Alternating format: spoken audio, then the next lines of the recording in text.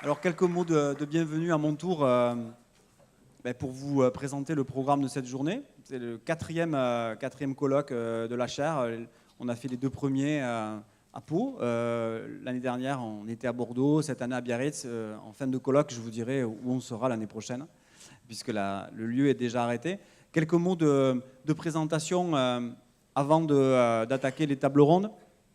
D'abord, pour ceux qui ne nous connaissent pas, on l'a déjà pas mal dit dans ces allocations d'ouverture, donc on est la chaire Optima, un objet un peu bizarre au niveau national, puisque comme nos élus ont pu l'évoquer, on essaie de faire le lien entre le milieu académique, le milieu professionnel, mais aussi les entreprises, parce qu'il y a aussi des entreprises qui sont partenaires de la chaire, l'idée étant de croiser les regards entre des analyses qui ont souvent des cultures, des techniques, des visions un peu différentes. Et l'idée, c'est de croiser ces vérités-là pour arriver à proposer des solutions innovantes aux acteurs publics que sont les universités, puisqu'elles-mêmes ont besoin d'avoir accès à des terrains, les collectivités locales aussi, parce qu'elles ont besoin d'avoir des regards un peu extérieurs, mais aussi les entreprises, parce qu'elles peuvent s'appuyer sur nous pour, quelque part, faire de la recherche et développement sur des produits et des services qu'elles peuvent proposer aux collectivités locales. Donc pour cette année, on a quelques partenaires nouveaux que je voulais valoriser ici.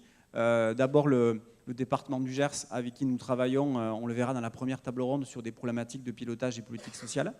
La ville de Saint-Paul-et-Dax, avec qui nous travaillons récemment sur des thématiques liées à l'innovation managériale, ou encore la ville de Blois, avec qui nous travaillons depuis quelques mois maintenant sur des thématiques liées à l'évaluation des politiques publiques qui vont faire l'objet de la seconde table ronde. Nous avons aussi le Grand Cognac qui est reparti sur une mission nouvelle liée au pilotage des politiques publiques locales, et deux autres partenaires qui nous soutiennent sans être forcément en terrain d'études. C'est le département des Landes et le département du Lot-et-Garonne qui viennent donc s'ajouter aux autres partenaires de la chaire que vous voyez ici, qui nous ont fait confiance déjà depuis un certain nombre d'années, notamment des entreprises comme l'UGAP, Sofaxis, Adélis ou Engie, qui ont installé des stands. Vous avez déjà dû les voir lors de l'accueil. Donc je les remercie encore une fois. Ça nous permet, la chaire, je vous le rappelle, est autofinancée par ces partenaires-là. Nous n'avons pas de fonds spécifiques, si ce n'est finalement l'université qui finance les salaires des chercheurs permanents comme moi. Ce sont les collectivités et les partenaires qui financent toutes les études que l'on mène toute l'année. Je voulais remercier à mon tour, Olivier Mérignac l'a fait, donc je ne vais pas rentrer dans le détail, mais toutes les personnes qui ont participé de près ou de loin à cette journée. C'est une journée qui est assez longue à organiser. Ça va vous paraître tout facile dans la journée, mais en fait, il y a beaucoup de travail derrière. Et c'est quelque part une fête, un aboutissement pour nous, parce que ça fait 9 mois qu'on travaille sur cet événement, sachant qu'on a un deuxième colloque demain où on accueille 200 personnes. Là, on aura des universitaires. Il n'y aura que des universitaires, ce sera beaucoup plus embêtant, mais ce sera plus sympa aujourd'hui, je vous le garantis. Donc toutes les personnes, je les remercie. Si vous les saluez, n'hésitez pas à vous-même les remercier, parce qu'elles ont grandement participé au succès de cette journée. Je vous dirai aussi quelques mots sur les collectivités et les partenaires qui seront avec nous aujourd'hui. Vous allez les découvrir à travers les 4 tables rondes. Donc le SICOVAL, la ville de Brive, le département de Seine-Saint-Denis, le département du Gers, le département des Pyrénées-Atlantiques, ville de Pau et Combe d'Aglopo, la ville de Saint-Paul-et-Dax, le département du Nord, donc qui interviendront dans les différents ateliers. On a aussi le FIPHFP qui travaille avec nous sur des problématiques d'évaluation qui sera là lors de la table ronde numéro 2. Sofaxis, l'UGAP, La Poste et l'UTCAS qui interviendra aussi, et des partenaires universitaires, puisque la chaire a vocation aussi à, bien sûr, rayonner sur le sud-ouest, mais a vocation, je vous en dirai 2 mots tout à l'heure, à rayonner sur un périmètre un peu plus large. Et on commence à intégrer des partenaires universitaires qui ne sont pas de nos territoires directs, je dirais. Donc des partenaires universitaires qui nous feront le plaisir d'animer certaines tables rondes. C'est le cas de l'Université de Lille, de l'Université de Poitiers, et aussi d'un collègue québécois-canadien qui a le plaisir de venir ce soir pour clôturer la journée. Donc je vous conseille de rester jusqu'au bout, parce que Bachir Mazouz nous fera état justement des problématiques de ce type qui ont lieu chez lui au Québec. Qui est présent aujourd'hui? Donc il y a beaucoup de logos. Qui est présent aujourd'hui?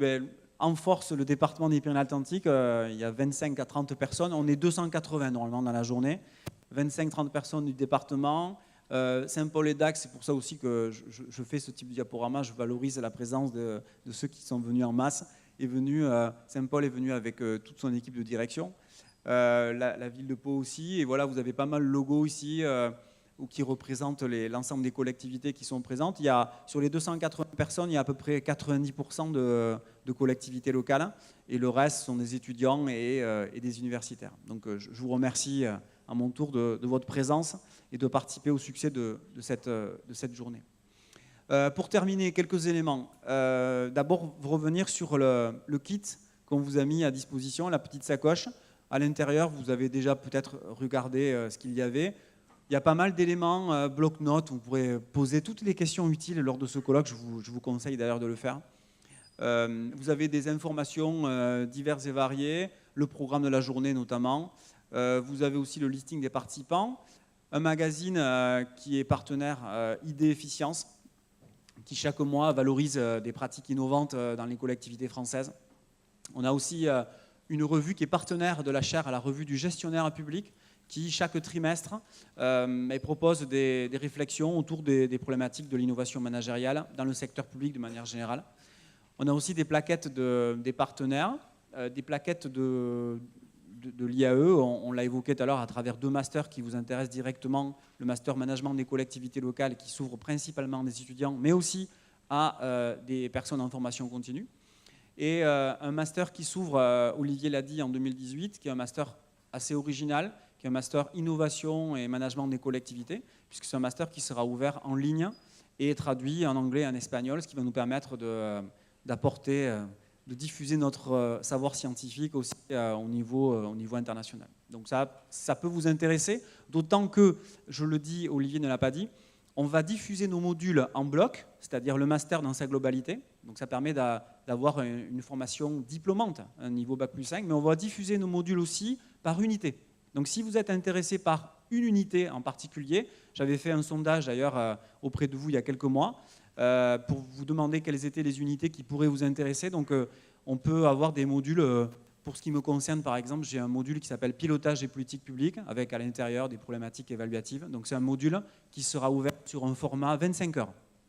Sur le temps que vous mettrez pour suivre ce module-là. Ce n'est pas des formations diplômantes, c'est des formations certifiantes. Donc on vous apporte quelque part un certificat sur une formation thématique. Ça peut être celle que je viens de citer, mais ça peut être aussi le marketing territorial, la gestion des ressources humaines ou l'ingénierie de projet. Donc on a quelques unités d'enseignement comme ça qui sont proposées à distance qui peuvent vous intéresser. On vous a mis à disposition aussi une enquête, des résultats d'enquête. Là c'est une page sur une thématique qui est l'innovation territoriale. On a mené une enquête qui était en partenariat avec le SNDGCT, qui ne sera pas valorisée aujourd'hui à travers nos interventions, mais vous pourrez récupérer les résultats détaillés de cette enquête qui est disponible sur notre site. On a remis aussi un flyer d'un projet que je vous avais présenté l'année dernière, c'est Citella, vous avez un stand à l'accueil. Ce projet va amener à la création d'une start-up à partir de septembre 2018. Donc c'est vous dire qu'on peut aller aussi jusqu'à proposer des innovations nous-mêmes en tant qu'universitaires en valorisant finalement nos recherches à travers l'intégration au milieu économique. Et enfin, je terminerai par ça, comme l'a déjà dévoilé le maire de Biarritz, Michel Venac, pour cette année, on a innové, ça nous a demandé pas mal de travail à nous, mais aussi peut-être surtout aux intervenants. Vous avez les actes de la journée, on ne l'avait jamais fait, on le faisait souvent à l'arrache après le colloque. Là, on a décidé de s'organiser et 3 mois déjà avant la date d'aujourd'hui, on a demandé aux intervenants d'écrire finalement l'état de leur réflexion sur les thématiques. Et donc vous avez la revue Horizon Public, qui est une revue nouvelle dans son packaging, tout au moins, parce qu'avant, il s'appelait les Cahiers de la fonction publique. Et Horizon Public publie les actes en fait, de la journée. Et donc vous avez les 16 interventions sur un format à peu près de 120 pages, avec l'ensemble des présentations qui sont ici formalisées à travers ce document. Donc c'est pour nous un joli bébé. Ça permettra en fait, de formaliser cette journée, mais aussi de diffuser la connaissance après cette journée. J'ai oublié de remercier, mais j'y pense en voyant les caméras, tout à l'heure un des services de l'UPPA, qui est le service Arctis, qui va aussi enregistrer toutes les interventions aujourd'hui. Ça nous permettra aussi de mettre en ligne sur notre site internet et sur notre chaîne. Nous avons une chaîne Optima. Toutes les vidéos de la journée, donc vous pourrez aussi retrouver par la suite les vidéos que nous pourrons utiliser. Donc voilà, c'est quelques mots d'ouverture. Je voudrais terminer par évoquer quelques projets. On a 2 projets qui peuvent vous intéresser. Le premier, c'est au-delà de la création de la chaire il y a déjà 4 ans, on a décidé de participer à un autre projet qui est la création d'un consortium international autour de l'innovation managériale, innovation territoriale. Donc ces thématiques nous intéressent à nous ici, bien sûr, mais elles intéressent d'autres territoires. J'ai pas mal de collègues à l'échelle universitaire qui travaillent sur ces problématiques-là, mais plutôt de manière individuelle. Donc on a décidé de créer un groupement d'intérêt scientifique qui englobera la chaire et qui va s'adosser sur, on le voit ici, une quinzaine d'universités françaises, je ne vais pas toutes les citer, mais qui permettent en fait de mailler le territoire. Donc aujourd'hui, on a des recherches et interventions qui sont plutôt dans le sud-ouest, du fait que c'est plutôt nous qui sommes à l'œuvre. Et donc on va s'appuyer sur des collègues, dont certains sont ici, Jérôme Dupuis en particulier, qui est à Lille, et qui travaille sur les mêmes thématiques et qui va intégrer la dynamique Optima pour pouvoir proposer des accompagnements aux collectivités sur un territoire plus large. C'est une étape 1 parce qu'on le voit ici à gauche de la carte. On va aussi intégrer petit à petit d'autres pays. Le consortium va devenir international. Et donc le Canada, la Suisse intègrent dans un temps 1 pour des facilités de langage, dirons-nous. Et ensuite, on va étendre pour intégrer d'autres pays parce qu'il y a beaucoup de problématiques qui sont les mêmes finalement à l'échelle internationale sur les thématiques qu'on abordera aujourd'hui. Donc ça, c'est le premier projet. Ça devrait sortir à partir de septembre. Et donc les prochains congrès Optima, on pourra aussi intégrer un périmètre territorial un peu plus large qu'on ne le fait aujourd'hui. Deuxième projet qui va sortir de terre là aussi en septembre, c'est une plateforme qui s'appelle Optima Plus. On accompagne depuis 10 ans des collectivités sur des problématiques de pilotage et d'évaluation des politiques publiques. Et on en avait marre finalement que tous nos outils d'accompagnement se résument souvent à 3 tableurs Excel qui se battent en duel dans 25 services différents. Donc on a décidé en fait de construire nous-mêmes notre propre plateforme de pilotage des politiques publiques. Donc ça veut dire que les accompagnements que l'on pourra faire dans le futur nous permettront en fait d'évaluer les politiques publiques, de créer des indicateurs et de répondre finalement à des questions simples auxquelles on n'arrive pas tellement à répondre aujourd'hui dans les collectivités. C'est que fait la collectivité, quels sont ses projets, qui les pilote, comment s'organise-t-on pour les suivre, qui est responsable de quoi, quid finalement des actions qui sont menées, comment peut-on tenir compte du passé et de l'analyse que l'on fait de ce passé pour proposer notre prochaine stratégie, nous, collectivités. Donc, on travaille beaucoup sur ces thématiques-là et on n'avait pas d'outils finalement. Et donc, on est en train de construire une plateforme. Ici, vous ne la voyez pas très bien parce que l'écran, ça ne s'y prête pas beaucoup. Mais une plateforme qui va permettre de piloter les politiques publiques et notamment de les évaluer. Donc ça, c'est aussi un projet qui pourrait être intéressant pour certaines collectivités parce que je sais que la thématique évaluative, on en reparlera tout à l'heure lors de la table ronde 2, une thématique d'actualité sur lesquelles il y a pas mal d'avancées dans les collectivités, mais sans forcément d'instrumentation adaptée. Et voilà, on propose cette solution à partir de septembre 2018. Pour terminer, j'étais assez long, vous dire comme à l'habitude qu'on va interagir aujourd'hui dans les formats de table ronde que l'on propose. Il y a un temps pour les intervenants, mais aussi un temps d'échange avec la salle, et j'y tiens. Alors je sais que, comme à l'habitude, il y a beaucoup de timides, donc on vous met à disposition 2 modes de communication, des tweets, #EIT, il y en a ici, vous l'avez devant vos yeux, et j'ai aussi mon téléphone perso que j'ai sur la table, comme ça vous pouvez utiliser des SMS, vous m'envoyez des SMS si vous voulez poser une question. Je préfère que les questions se posent au micro dans la salle.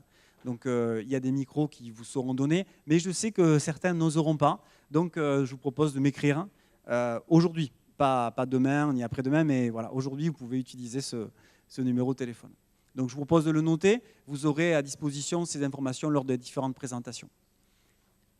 Dernière diapo, cette journée se déroule en 4 temps, on en a suffisamment parlé.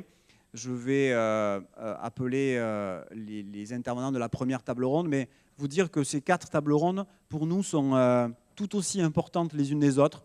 On a vocation depuis 4 ans à créer des colloques qui sont assez transversaux. Pour nous, un manager territorial, ce n'est pas simplement un animateur d'équipe. J'ai souvent en tête les débats qu'on a avec des collectivités quand on les accompagne, et souvent, ça tourne, le management est souvent assimilé à des thématiques RH. Un manager, c'est celui qui anime ses équipes, qui organise les plannings. Pour nous, ce n'est pas ça. Un manager, ça doit être un stratège, ça doit être aussi quelqu'un qui se projette dans l'avenir, c'est quelqu'un qui gouverne, qui organise, c'est quelqu'un qui évalue, c'est quelqu'un qui aussi pilote le changement, qui essaie de s'adapter aux évolutions contextuelles. C'est aussi quelqu'un qui va tenir compte des transitions environnementales ou numériques. Donc toutes ces transitions-là, toutes ces innovations, on les a traduites cette année à travers 4 tables rondes. La première, sur des problématiques de gouvernance, on va attaquer de suite. C'est des thématiques d'actualité, notamment en l'appliquant à une politique en particulier qui est la politique sociale. Ensuite, on parlera d'évaluation des politiques publiques à travers des innovations qui se veulent un peu plus instrumentales, alors que la première table ronde évoque plutôt des innovations de nature organisationnelle.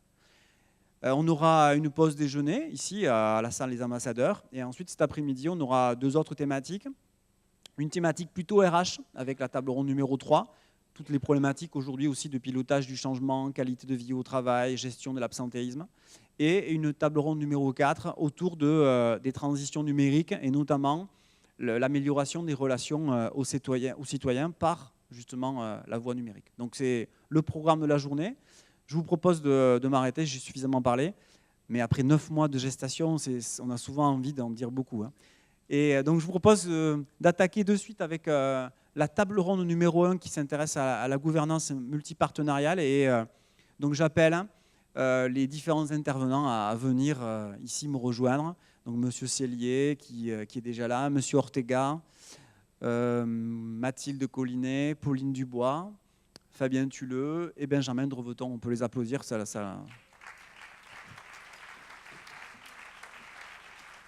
Allez-y, installez-vous.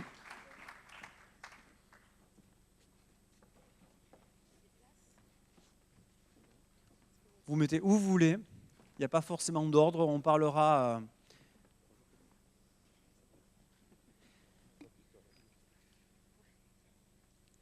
Alors, avant de commencer cette table ronde, on a l'habitude chaque année, et je sais que ça vous plaît souvent, enfin c'est ce que vous nous dites en tout cas, et ça nous demande beaucoup de travail, on fait des petites vidéos. Donc là, sur chaque table ronde, comme on le fait à l'habitude, vous aurez une vidéo sur la thématique concernée. Pour la première table ronde, je l'ai dit, c'est une problématique liée à la gouvernance, et on va voir ce que relève évoque ce terme-là.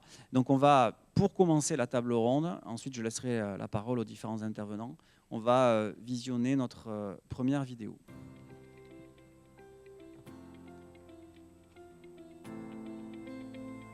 La gouvernance locale multipartenariale en 2 minutes. C'est quoi la gouvernance locale multipartenariale ? La gouvernance locale peut être définie par un système de pilotage du développement local fondé sur des relations partenariales, s'instaurant entre une diversité d'acteurs, orientés vers la réalisation d'objectifs et de stratégies collectives. Elle s'appuie donc sur des logiques à la fois stratégiques, quels projets communs, organisationnels, quels pouvoirs, quelles instances collectives, décisionnelles, comment décider ensemble, usagers compris, relationnelles, des relations ouvertes ou fermées, et informationnelles, quelles informations pour qui. La gouvernance locale peut concerner à la fois le mode de fonctionnement d'une collectivité, élus, agents, usagers, population, mais aussi les relations entre plusieurs acteurs, publics et ou privés, pour mettre en œuvre une politique publique sur un territoire donné. Appliquée à la politique sociale locale, la gouvernance externe est multipartenariale, avec des acteurs divers et variés, relevant du local ou du national, du public ou du privé, pour lesquels la question de la coopération ne s'invente et ne se décrète pas. Un exemple dans ce contexte, les départements ont été déclarés chefs de file de l'action sociale par la loi NOTRe. Comment cela s'organise dans la pratique ? Une question de gouvernance. Pourquoi innover en matière de gouvernance locale ? Différentes évolutions complexifient actuellement la gouvernance locale. La réforme territoriale crée des structures de plus grande taille. La décentralisation et la territorialisation interrogent l'organisation de nouveaux systèmes de coopération entre acteurs globaux et ceux de proximité. Les modes de production des services publics s'ouvrent de plus en plus à des acteurs privés. Ou encore la pression citoyenne, favorable à une implication plus forte des populations, invite à une réflexion sur la prise en compte des pratiques de démocratie participative. Or, face à ces mutations importantes, les pratiques actuelles de la gouvernance locale apparaissent souvent limitées, marquées par un manque de visibilité stratégique, de priorité et de sens commun, de décisions ouvertes et éclairées, de transparence de l'information, de transversalité et de coopération dans et entre les acteurs concernés par une politique publique, ou encore d'un manque de liaison entre vision globale et action de proximité. Ainsi, les enjeux à l'évolution des modes de gouvernance actuels ne manquent pas, ainsi que les voies d'innovation. Comment innover en matière de gouvernance locale ? Même si l'évolution des modes de gouvernance dépend de la configuration spécifique de chaque territoire, certaines modalités semblent incontournables pour assurer la qualité d'une bonne gouvernance. Tout d'abord, la définition d'une stratégie globale de la politique publique concernée qui doit veiller à prendre en compte les besoins de chaque acteur. Ensuite, l'organisation des relations entre les parties prenantes, permettant une délégation de pouvoir des acteurs vers le réseau ou des prises de décision partagées. Aussi, la coordination à mettre en place pour assurer notamment la collaboration, l'information croisée et la transversalité. Enfin, le suivi et l'accompagnement dans la mise en œuvre de la stratégie pour s'assurer de la réalisation du projet commun. Au final, la gouvernance locale apparaît constituer une question importante pour le pilotage actuel des politiques publiques locales. La page de la gouvernance territoriale reste largement à écrire d'un point de vue méthodologique, en s'appuyant notamment sur la réponse aux questions suivantes. Comment peut concrètement fonctionner la gouvernance territoriale sur des politiques locales données ? Quelle formalisation et instances expérimentées pour assurer la cohésion interne, mais aussi la diversité des acteurs ? Comment envisager la prise en compte de la parole citoyenne au sein de la gouvernance territoriale ? Voilà la vidéo introductive pour justement introduire les débats. Trois questions, on essaiera d'y revenir pendant les interventions. Je pense qu'on peut déjà applaudir Mathilde qui est là autour de la table, puisque c'est elle qui a participé à réaliser cette vidéo, qu'il a même enregistrée. D'ailleurs, vous reconnaîtrez sa voix tout à l'heure, magnifique. Pour répondre à ces trois questions, donc, on a prévu plusieurs interventions. Je propose qu'on commence par ces interventions, comme je dis tout à l'heure, et puis ensuite que vous n'hésitiez pas à intervenir, peut-être vous-même faire part d'expériences qui sont menées sur vos territoires en matière de gouvernance et poser des questions, soit par, je l'ai dit tout à l'heure, soit par tweet, soit par SMS, soit avec le micro. On passera donc le format à 1h30. On va garder 1 heure pour les intervenants, une demi-heure pour nous. Donc le temps est déjà assez serré. Je vais pas mal contraindre mes intervenants sur le respect du timing. Et ensuite, je vous passerai la parole pour qu'on puisse clôturer cette table ronde. Donc sans tarder, je vais passer la parole à Jean-François Sellier, René Ortega et Mathilde Collinet pour la première intervention sur le cas du Gers. Je vous laisse la manette, vous pouvez avancer, reculer, être debout, où vous voulez.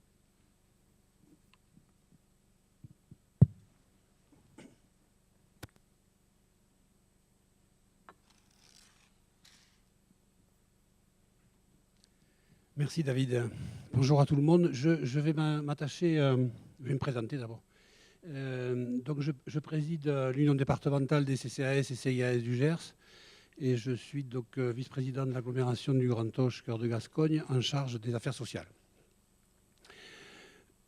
Je vais vous présenter très rapidement le Gers, même si probablement beaucoup d'entre vous le connaissent, mais le Gers est un département rural, extrêmement rural, avec une population d'environ 200 000 habitants, grâce à la proximité surtout de la métropole toulousaine. On a une population, 30% de la population a plus de 60 ans, une population qui est dans un habitat extrêmement dispersé. La ville-préfecture Auch avoisine 22-23 000 habitants et la deuxième ville du département est à 10 ou 11 000 habitants. On a un revenu moyen par habitant qui est extrêmement faible, puisqu'il approche les 900 €, mais il est légèrement inférieur.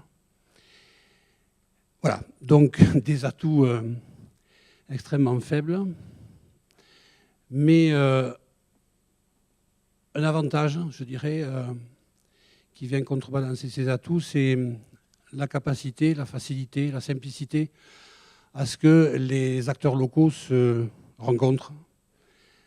C'est dû à la taille du département, c'est dû à cette proximité entre les services de l'État et des collectivités locales, les partenaires associatifs, qui ont une capacité à se rencontrer assez facilement, beaucoup plus facilement que sur des territoires comme les métropoles ou les grands départements ou les grandes régions. Et cette facilité a un inconvénient, elle aussi. J'en parlais tout à l'heure avec François Rivière, qui est là et qui préside une EPCI dans notre département.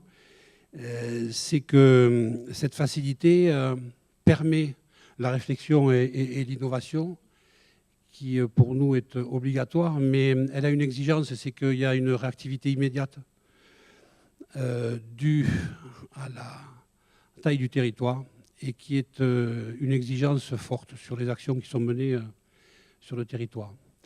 Alors rapidement, pourquoi on en est là, en fait? C'est qu'il y a une dizaine d'années, au début du mandat 2008, on avait été alerté, un certain nombre d'élus du département et des communes, sur un état de la démographie médicale qui était absolument alarmant. On en a parlé depuis, mais à l'époque, on en parlait beaucoup moins.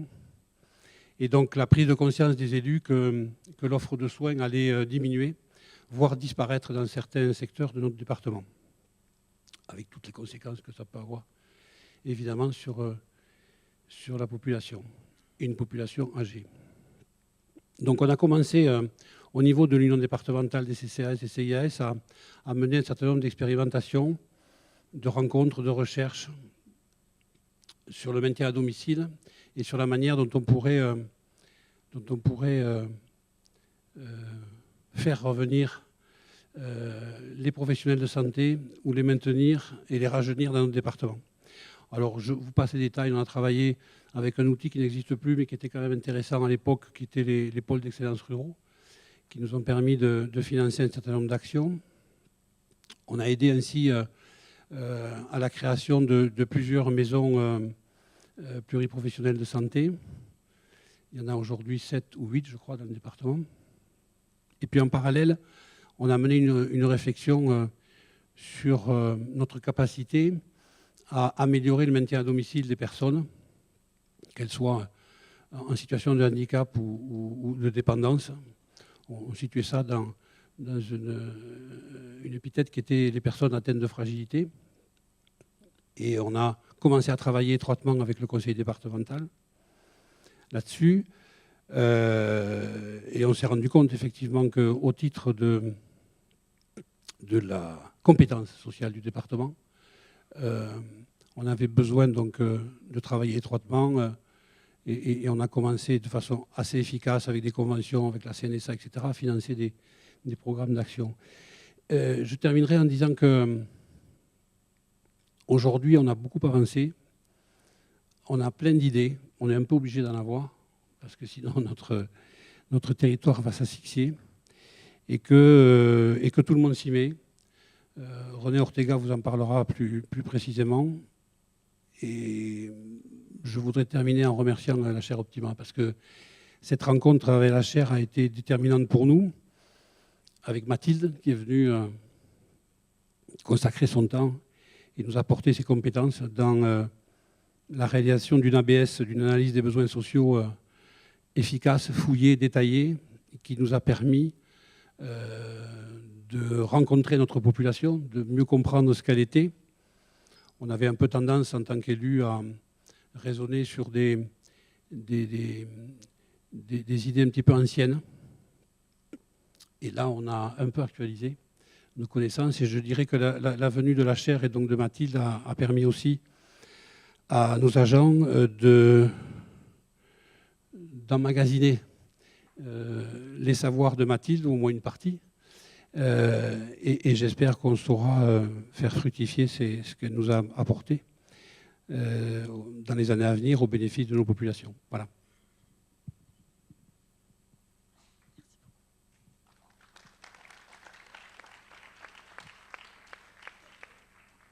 Donc avant de passer la parole à M. Ortega, je vais compléter rapidement les propos de M. Cellier en rappelant que cette convention territoriale gersoise et solidarité qu'on va vous présenter plus en détail, justement, elle intervient dans le prolongement de travaux qu'on a menés avec un échantillon de structures dans le département du Gers et dans le cadre de la réalisation de cette analyse des besoins sociaux. Et au-delà de la réalisation de l'analyse des besoins sociaux, il était aussi question de déployer des outils d'analyse et d'observation sociale à l'échelle de l'ensemble du département. Donc aujourd'hui, dans le cadre de ce processus de réalisation, il est vrai que les groupes de travail qu'on a réunis dans le cadre de ces analyses, ils ont eu une portée quand même limitée pour produire des orientations stratégiques qui soient partagées par tous les acteurs au sein des institutions, d'où aujourd'hui l'émergence de ce type de projet avec la structuration d'un réel projet social de territoire à travers un réseau territorialisé et formalisé, donc qui est la Convention territoriale gersoise et solidarité, qui est en cours de rédaction, qui est portée par le chef de file de l'action sociale, donc ça prend vraiment tout son sens, donc le conseil départemental du Gers. Elle est également portée par la caisse d'allocation familiale et elle est copilotée par l'Union départementale des centres communaux intercommunaux d'action sociale du Gers et également par la CPAM et la MSA. Voilà. Donc je vais passer la parole à M. Ortega et qui va revenir sur les différentes phases du projet et je reprendrai la parole un peu plus tard. Bonjour à tous. Donc, je suis René Ortega, je suis le directeur de l'action sociale du département du Gers et l'adjoint au DG Solidarité. Pour faire suite à l'intervention de Jean-François, le Gers, c'est aussi le département du foie gras, de l'Armagnac, des jolis paysages comme vous voyez derrière. Il n'y a pas de raison que juste après Biarritz, c'est pas très loin d'ici, on vous accueille volontiers. Mais avec effectivement, comme l'a dit Jean-François, des problématiques sociales majeures, à la fois sur la question de la problématique des ressources économiques du territoire. On a un département qui est définitivement à deux visages, avec un extrême est du département qui est complètement sous la coupe du développement économique de Toulouse, et ensuite un gros extrême ouest, donc vous voyez déjà c'est un extrême assez large, qui elle est dans une difficulté majeure, avec une agriculture qui a un petit peu de mal à se rénover, même si les projets sur tout ce qui est le bio, les circuits courts, devraient amener des perspectives extrêmement positives pour la collectivité. Alors, ce projet que nous menons, il s'inscrit, moi je pense, dans deux temps au niveau du lien entre les administrations. C'est avant la loi NOTRe et après la loi NOTRe. Mathilde est venue me trouver avant la loi NOTRe, en me disant, voilà, M. Ortega, j'ai un travail à faire pour le CIAS du Grand Auch et quelques autres CIAS du département d'analyse du besoin social. Vous savez, l'analyse des besoins sociaux, c'est souvent, je le dis de manière un petit peu acerbe, mais c'est ce qu'un directeur de l'action sociale départementale reçoit, ne lit jamais, et ça tasse sur son bureau, quoi. Et qui fait les beaux jours de beaucoup de cabinets d'expertise et d'ingénierie, n'est-ce pas? Donc ma première réflexion, ça a été de me dire, tiens, le CIAS met en place ce type d'outils. Et ma première réflexion, ça a été de me dire, moi, comment je me positionne au niveau stratégique vis-à-vis du CIAS. Et puis après, la loi NOTRe est passée. La loi NOTRe, elle a défini des champs de compétences. Alors, on en pense ce qu'on en veut, mais je pense que ce qui est certain, c'est que ce qu'on vous présente là, c'est de passer d'une logique de temps en temps de concurrence territoriale à une logique de complémentarité et de complétude. Alors certes, pour beaucoup d'élus, enlever la clause de compétence générale au département, ça a été quand même extrêmement douloureux. Et quand on sait des départements ruraux comme le nôtre, Jean-François l'a dit, la plus grosse ville après Auch, c'est Condol-Île-Jourdain, on est à peine à 10 000 habitants, donc vous imaginez la capacité des élus locaux à vraiment déployer des politiques publiques d'envergure, c'est très difficile. Et là, le conseil départemental pouvait agir un peu sur tout et n'importe quoi. Mais bon, c'est quand même un élément fort. Donc, l'idée de ce projet, c'est d'abord de décloisonner, de structurer une analyse du besoin social. D'abord la question de la réflexion de l'offre sociale au travers du prisme territorial. Vous avez derrière vous la carte du département du Gers avec le découpage des maisons départementales des solidarités que je dirige. Et en fait, au fur et à mesure de l'avancée de ces travaux, petit à petit, le découpage intercommunal s'est imposé à l'ensemble des acteurs. On parlera de la CPAM, on parlera de la MSA, on parlera de la CAF. Mais petit à petit, le fait de passer dans un espace au final très très court sur ces découpages, c'est-à-dire de 5-6 ans, à des découpages complètement empiriques, déstructurés, politiques, administratifs ou politiques de temps en temps, à enfin une lecture, au moins en termes de LIM, de définition des territoires, qui soit partagée. Et vous pouvez pas, c'est très compliqué de travailler avec des acteurs quand on a à un moment donné des logiques de lecture qui sont différenciées sur l'aspect géographique. Donc cette première partie a été la partie la plus importante, c'est celle qui a fondé aussi cette idée. Allons un petit peu plus loin avec, bien évidemment, cette idée aussi de soutenir la mise en œuvre de l'intercommunalité sociale, et une fois de plus, pas comme dans une logique de concurrence, mais dans une logique de complémentarité. L'autre slide. Alors attendez, parce que je vais sur en même temps. Oups. La question de l'observation sociale partagée comme outil de connaissance et de coopération, on y reviendra un peu plus tard. C'est aussi ce que vous portez avec la chaire Optima, c'est ces logiques un petit peu qui se traduisent aujourd'hui par des open data.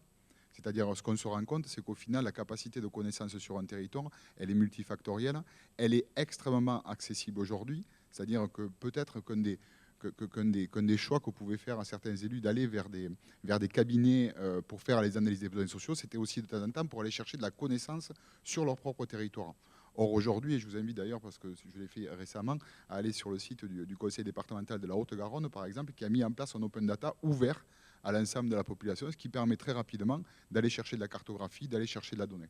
Et une fois de plus, cherchez l'information, vous trouverez le pouvoir. Cherchez le pouvoir, vous trouverez l'information. Sauf que là, avec la logique d'open data, on pourra dire beaucoup de choses sur la numérisation et l'informatisation de l'action publique. On en parlera tout à l'heure de table ronde numéro 4. Force est de constater qu'à ce moment-là, ça participe aussi de la reconnaissance par nos concitoyens de la question de l'action publique. Mais la nécessité de réimpulser la participation citoyenne, bien sûr. Alors c'est quelque chose qui est extrêmement porté par Philippe Martin, qui est le président du conseil départemental, mais je pense que c'est porté aujourd'hui par tous les élus. Chaque temps d'élection aujourd'hui est un temps où l'ensemble de la population française se fait peur. On joue avec le feu, et cette question de la participation citoyenne, elle est au cœur de ce que nous essayons de réfléchir, mais au cœur de ce que nous essayons de réfléchir à lucidité. Parce qu'il y a le discours, la volonté comme ça absolue du citoyen de participer à la vie de la cité, de participer aux décisions, et puis il y a le réel, des réunions d'information publique dans lesquelles il y a très peu de gens. Des gens qui disent je vais venir, et puis au final, pas grand monde. Alors vous avez beau vraiment développer des stratégies, et là, réseaux sociaux, etc., pour faire en sorte que cet usager citoyen participe à l'évaluation de ces politiques publiques. On voit l'échec du RSA. Enfin, moi, s'il y a des départements qui ont réussi la question de l'évaluation du RSA par les bénéficiaires, je suis vraiment preneur. Mais on se rend compte qu'il y a une espèce d'ambiguïté et de difficulté réelle de générer cette participation citoyenne. Or, c'est un challenge. C'est-à-dire qu'il faut absolument qu'on puisse relever ce défi. Et peut-être on le verra. C'est en évitant la démultiplication des temps de réunion et des sollicitations, en générant des lieux qui soient accessibles et compréhensibles par tous, que peut-être des gens seront invités à se dire « là, j'ai quelque chose à y faire, j'ai quelque chose à en comprendre et j'ai quelque chose à en dire ». Alors comment, c'est ça après ? Alors co-construire et partager les outils et les instances de réflexion, l'augmentation de la demande. Alors c'est traduit de cette manière-là, mais vous qui êtes aussi des spécialistes, c'est pas tant la question de l'augmentation de la demande que l'atomisation de celle-ci. C'est-à-dire qu'aujourd'hui, il y a autant d'usagers, de citoyens que de désirs, de besoins et de droits. Et donc, à un moment donné, cette question, c'est que si on ne se retrouve pas à des niveaux de territoire qui soient des niveaux de territoire pertinents, c'est-à-dire à des tout petits territoires, on passe complètement à côté de l'objet politique tel qu'il pouvait être structuré et construit à la fin des années 70 et le début des années 80. Excusez-moi. La crise de confiance dans la démocratie, c'est ce que je viens de vous dire à l'instant. La territorialisation de l'action sociale, je crois qu'il y a une logique de volonté. Peut-être qu'on reviendra aussi sur ce que vous disiez, David. Il y a quelque chose dans la question du manager territorial. Effectivement, elle est souvent traitée en termes RH. La question aujourd'hui du manager territorial, la faible expérience que nous avons, elle est aussi une question de posture. C'est-à-dire cette posture d'accepter le territoire comme un lieu d'altérité, comme un lieu de complexité, dans lequel le manager territorial est en permanence en train de composer l'action publique qu'il porte et composer avec les stratégies de chacun des acteurs pour en trouver le chemin de complémentarité. Et pas forcément, comme ça pouvait être le cas auparavant, en trouver les chemins d'opposition pour dégager une stratégie objective. Et c'est là peut-être où il y a vraiment des débouchés à prendre en compte avec cet outil. Enfin, je vous l'ai dit, c'est partager la construction de l'ingénierie sociale et des données. Quand on a des intercommunalités avec des élus extrêmement volontaires, mais qui ne sont pas en capacité d'avoir les moyens d'avoir un directeur général des services, un directeur de l'action sociale, etc., etc. À un moment donné, dans un département de 200 000 habitants, si on se met ensemble et qu'on partage cette capacité d'ingénierie, ben peut-être qu'on est en capacité de fonder non seulement, on le verra un peu plus tard, mais une observation continue de territoire plutôt qu'avoir oui, on avance. Voilà. Mais après, j'ai dit beaucoup de choses aussi. Donc, je suis au bout, Mathilde, là ? Non ? Alors, avec en 2 minutes, donc ce projet, cette convention territoriale gersoise des solidarités, elle a vocation donc à se décliner avec des projets sociaux de territoire, des projets sociaux de territoire, dans lesquels on va retrouver, et ça c'est Mathilde après qui va vous expliquer la méthodologie qu'on a essayé de retenir. Quand je dis on a essayé de retenir, c'est que c'est pas gagné, hein. C'est-à-dire qu'on essaye tous un petit peu de se challenger, voire de temps en temps un peu de se faire peur autour de ce projet, même s'il y a une intention forte des têtes de réseau. Donc c'est d'abord construire des outils de compréhension. Mathilde viendra sur une méthodologie assez innovante qui ne prend pas la question des besoins sociaux en tant qu'objet, mais qui prend la question des besoins sociaux en tant qu'usage. On y reviendra. Je prends toujours l'exemple de la mobilité. Parler de la mobilité dans les territoires ruraux, c'est une tarte à la crème. Par contre, parler de la mobilité des personnes âgées du territoire de Val-de-Gers pour faire tel type pour tel type de besoin, là, on a un peu plus de chance de toucher un objet et d'avoir une réponse publique pertinente. Les partenaires du secteur social, médico-social, vous le verrez, on a essayé de mettre autour de la table, alors c'est lié aussi à un autre projet qu'on porte avec le département qui s'appelle Gers Solidaire, on a essayé de mettre autour de la table, et là, par contre, c'est plutôt gagné, la CPAM, la MSA, la CAF et l'UD des CCAS, pour faire en sorte que chaque professionnel puisse participer à ces temps de forum, et Mathilde y reviendra. Et enfin, le bénéficiaire, les aidants, pour que le bénéficiaire et l'aidant puisse amener son expertise d'usage. Et quand on dit expertise d'usage, c'est l'idée aussi d'arrêter d'être en permanence un petit peu dans une lecture assez obsessionnelle, de prendre l'usager qui est bénéficiaire d'un dispositif. Non. On a des gens qui n'auront jamais de lien avec les services sociaux sur un territoire, qui pour autant sont usagers de ces services par les effets positifs qu'ils en perçoivent.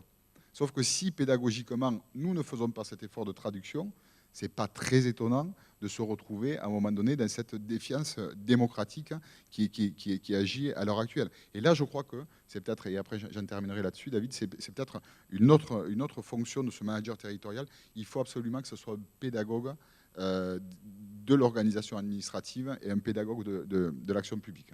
Voilà pour moi.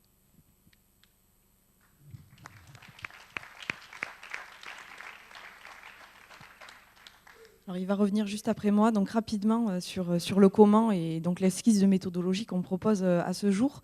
Donc des outils d'analyse partagés. On va commencer par... donc là, on est typiquement en fait dans la valorisation et la capitalisation des outils qu'on a apportés dans le cadre de l'analyse des besoins sociaux avec à la fois le CIAS Grand Auch Cœur de Gascogne et le CIAS Val-de-Gers. Donc on commence par un référentiel partagé de l'offre territoriale en présence. En fait, on va essayer d'établir une cartographie pour savoir réellement et identifier qui fait quoi, comment et pourquoi.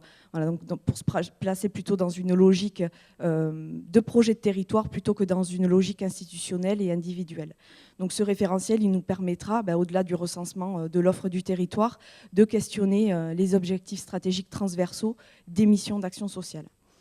Donc en deuxième temps, des outils d'analyse des impacts et prospectifs via la mise à disposition par le conseil départemental et son système d'information géographique d'une banque numérique de données territoriales qui sera très utile justement pour qu'on puisse partager des données sur chacun des territoires expérimentés.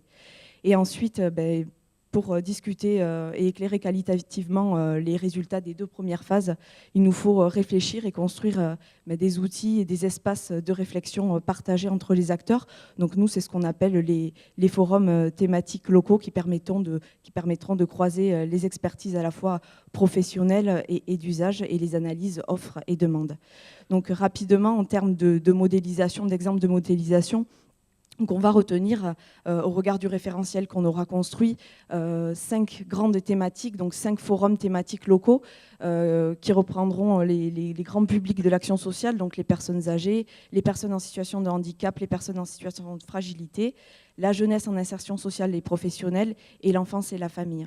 Donc au niveau du périmètre de réflexion et d'animation de chaque forum, on tiendra compte, on va dire, du champ de compétences du partenaire dominant sur la thématique en question. Donc on vous donne un exemple de modélisation ici, par exemple, pour les personnes âgées et les personnes en situation de fragilité.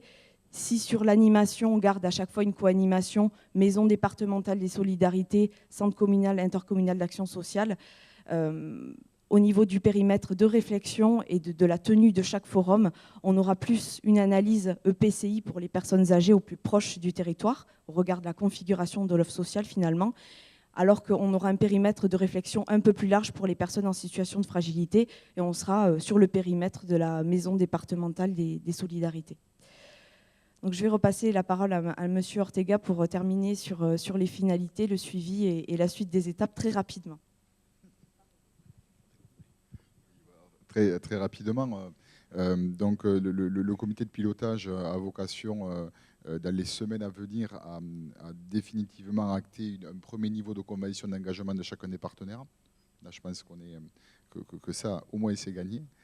Pour, dès le mois de septembre, commencer sur une expérimentation sur 4 PCI qu'on a choisi de manière assez stratégique pour vraiment avoir des paysages territoriaux assez divers, pour essayer de mesurer si nos élucubrations technico-administratives collent bien à la question du territoire, et pour permettre de faire des ajustements dès les débuts de l'année 2019 pour vraiment étendre toute cette démarche au département. Et j'en terminerai là-dessus parce que je crois que de toute façon, on est au bout de la présentation. J'en terminerai là-dessus. L'étape connexe de tout ça, c'est une rencontre avec les services de l'État, puisque l'ancien préfet était très d'accord sur le principe. La nouvelle, on imagine et on espère tous que oui. Mais l'idée, ça serait que l'État reconnaisse l'ensemble de ce travail comme une analyse du besoin social partagé et continu qui permettrait à chacun des CCAS et CIAS qui partagent ce territoire départemental de s'émanciper de cette obligation liée au cadre de la loi NOTRe. Techniquement et administrativement, c'est tout à fait possible. Là, pour le coup, c'est une vraie innovation, hein. Par contre, ça voudra dire qu'il faudra qu'on soit quand même très carré sur les rendus et sur l'évaluation. Et on parlait de mutualisation et d'objectivation. Vous êtes pas censé, enfin, vous savez tous que pour une commune de 10 000 habitants, le coût d'une analyse du besoin social assez ordinaire, hein, on est à quelques petites dizaines de milliers d'euros hors taxe, hein.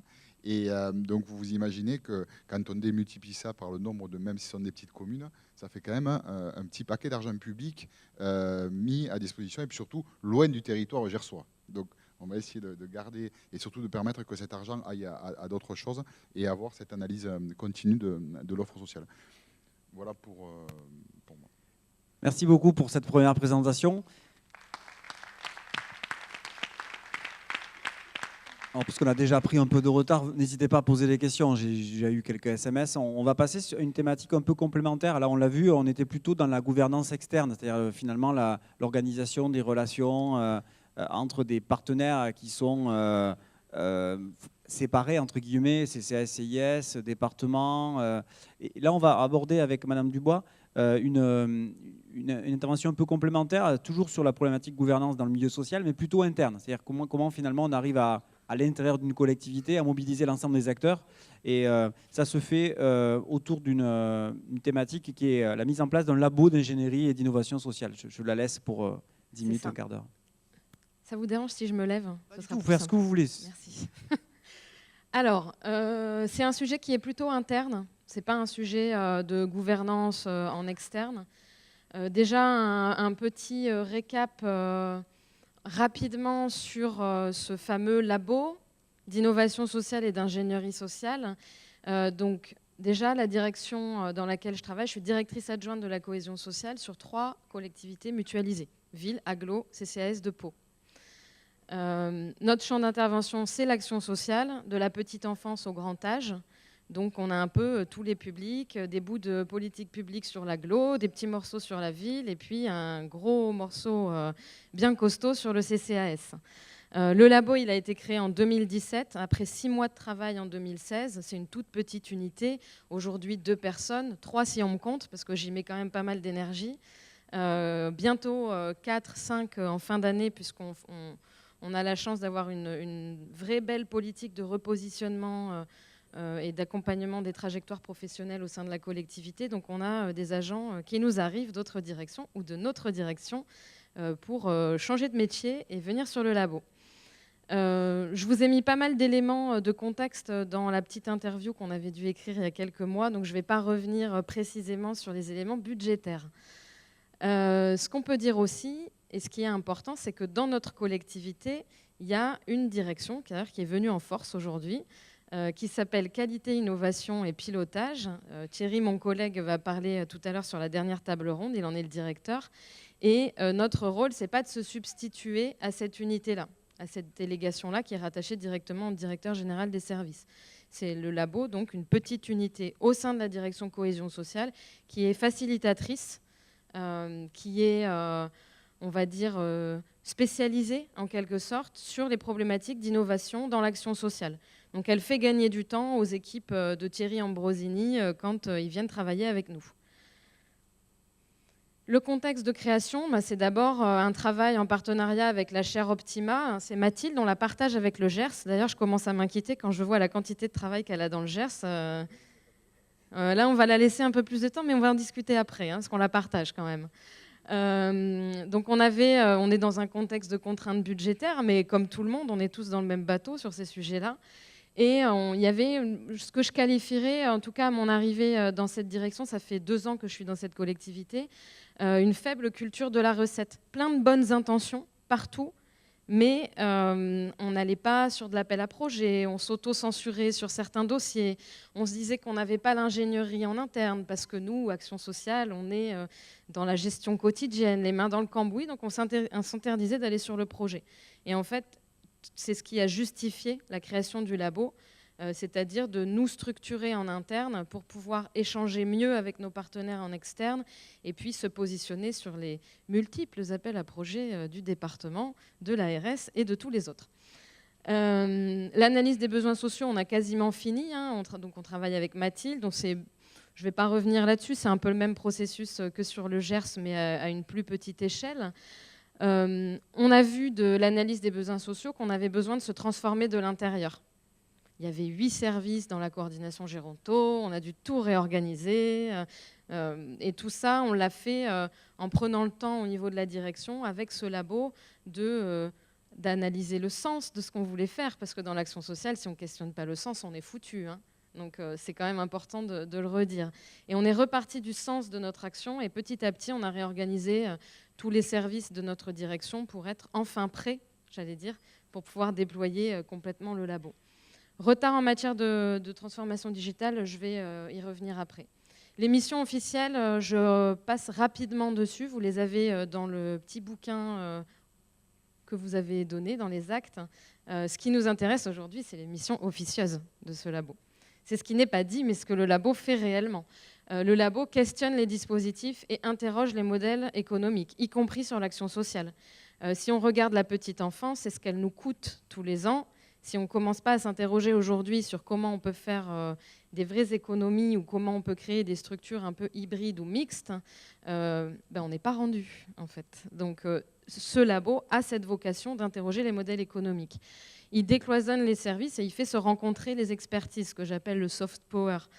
On a créé des espaces d'échange protecteurs pour que les agents, chefs de service, mais pas que, puissent échanger entre eux sur les problématiques et les thématiques qui nous intéressent. C'est le labo qui crée les conditions de réunion et d'animation de ces réunions. Alors je dis révéler des talents. Talent, c'est peut-être un grand mot, mais parce que ça peut aussi être une aide à domicile talentueuse. Ça s'applique aussi à tous les agents. Comme je disais tout à l'heure, on a un vrai partenariat avec la DRH sur notre collectivité qui est mutualisée elle aussi. Et ça nous permet d'accompagner les agents dans leur changement de métier, dans leurs évolutions. Et d'ailleurs, sur le labo, on a 2 agents, anciens travailleurs sociaux, qui sont devenus chargés de mission, gestionnaires de projet et qui entament une 2e partie de carrière. On développe la culture de l'innovation en interne et on la fait infuser parce que le labo, c'est une microstructure, certes, mais qui est garante de la trajectoire qu'on emprunte tous. Si à un moment, le labo, en quelque sorte, se désengage, est en perte de vitesse, il fait le liant entre les uns, il cimente l'action des uns et des autres et l'action des experts, parce que nos chefs de service, ils sont experts de leur domaine. Donc, il faut qu'on crée les conditions pour qu'ils puissent se rencontrer et qu'ils puissent échanger pour décloisonner tout ça. Et donc, c'est vraiment le labo qui fait infuser toute cette culture d'innovation et cette curiosité, puisque ce qu'on demande au labo, c'est d'être curieux. L'esprit d'entreprendre et l'horizontalité, ce qui m'intéresse ici, c'est surtout l'esprit d'entreprendre. On est en train de développer un programme d'intrapreneuriat interne à notre direction avec un appel à projet pour les agents qui doivent se constituer en groupe et avec un micro-budget aussi pour que sur une partie de leur temps de travail dans leur semaine, ça se fait beaucoup dans le privé d'ailleurs, ils puissent aller consacrer leur énergie à autre chose. Donc en fait, le labo, c'est une turbine de projet, une turbine d'utilisation de l'énergie des uns et des autres pour la mettre au bon endroit. La mission fil rouge, c'est une mission autour des nouvelles technologies et de l'action sociale. Et là, je parle plutôt de digital. Vous ne me verrez jamais utiliser le mot numérique parce que dans l'action sociale, ce qui nous intéresse, c'est les usages. On se fout complètement de savoir si c'est une tablette, si c'est des capteurs sur un frigo. Ce n'est pas le problème. Le problème, c'est comment l'aide à domicile va utiliser la nouvelle technologie qui lui est proposée, comment le travailleur social va compléter sur le logiciel, parfois pas très bien fait, toutes les données concernant ses bénéficiaires. Ce qui nous intéresse, c'est l'accompagnement du professionnel et du bénéficiaire dans l'utilisation des nouvelles technologies. Ce n'est pas la technologie en elle-même. Voilà. C'est important de le dire, et notamment pour les entreprises, parce que parfois elles se plantent sur ce sujet.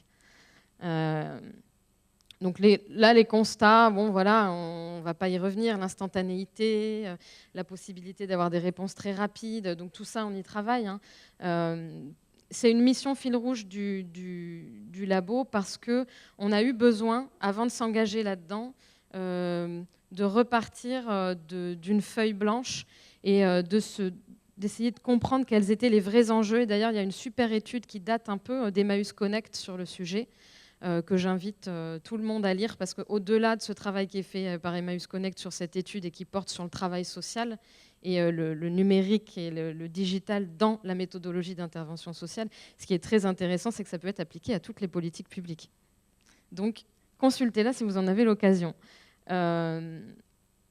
Donc, on s'est rendu compte que c'était surtout les usages qui nous intéressaient. Et donc, on a changé de paradigme et on a arrêté d'acheter des tablettes pour acheter des tablettes, de forcer les gens à suréquiper leur appartement parce qu'on finissait par faire du confinement à domicile et plus de l'aide à domicile. Et donc, on a changé notre approche. Et c'est un peu ce message-là que je voulais donner aujourd'hui. Le labo, encore en incubation, hein, donc il apprend en faisant des erreurs. Il se trompe, il réessaye. Ce qu'on peut dire aussi, c'est qu'aujourd'hui, on a des chefs de service assez unis. Ils sont autour de la direction, mais aussi autour du labo.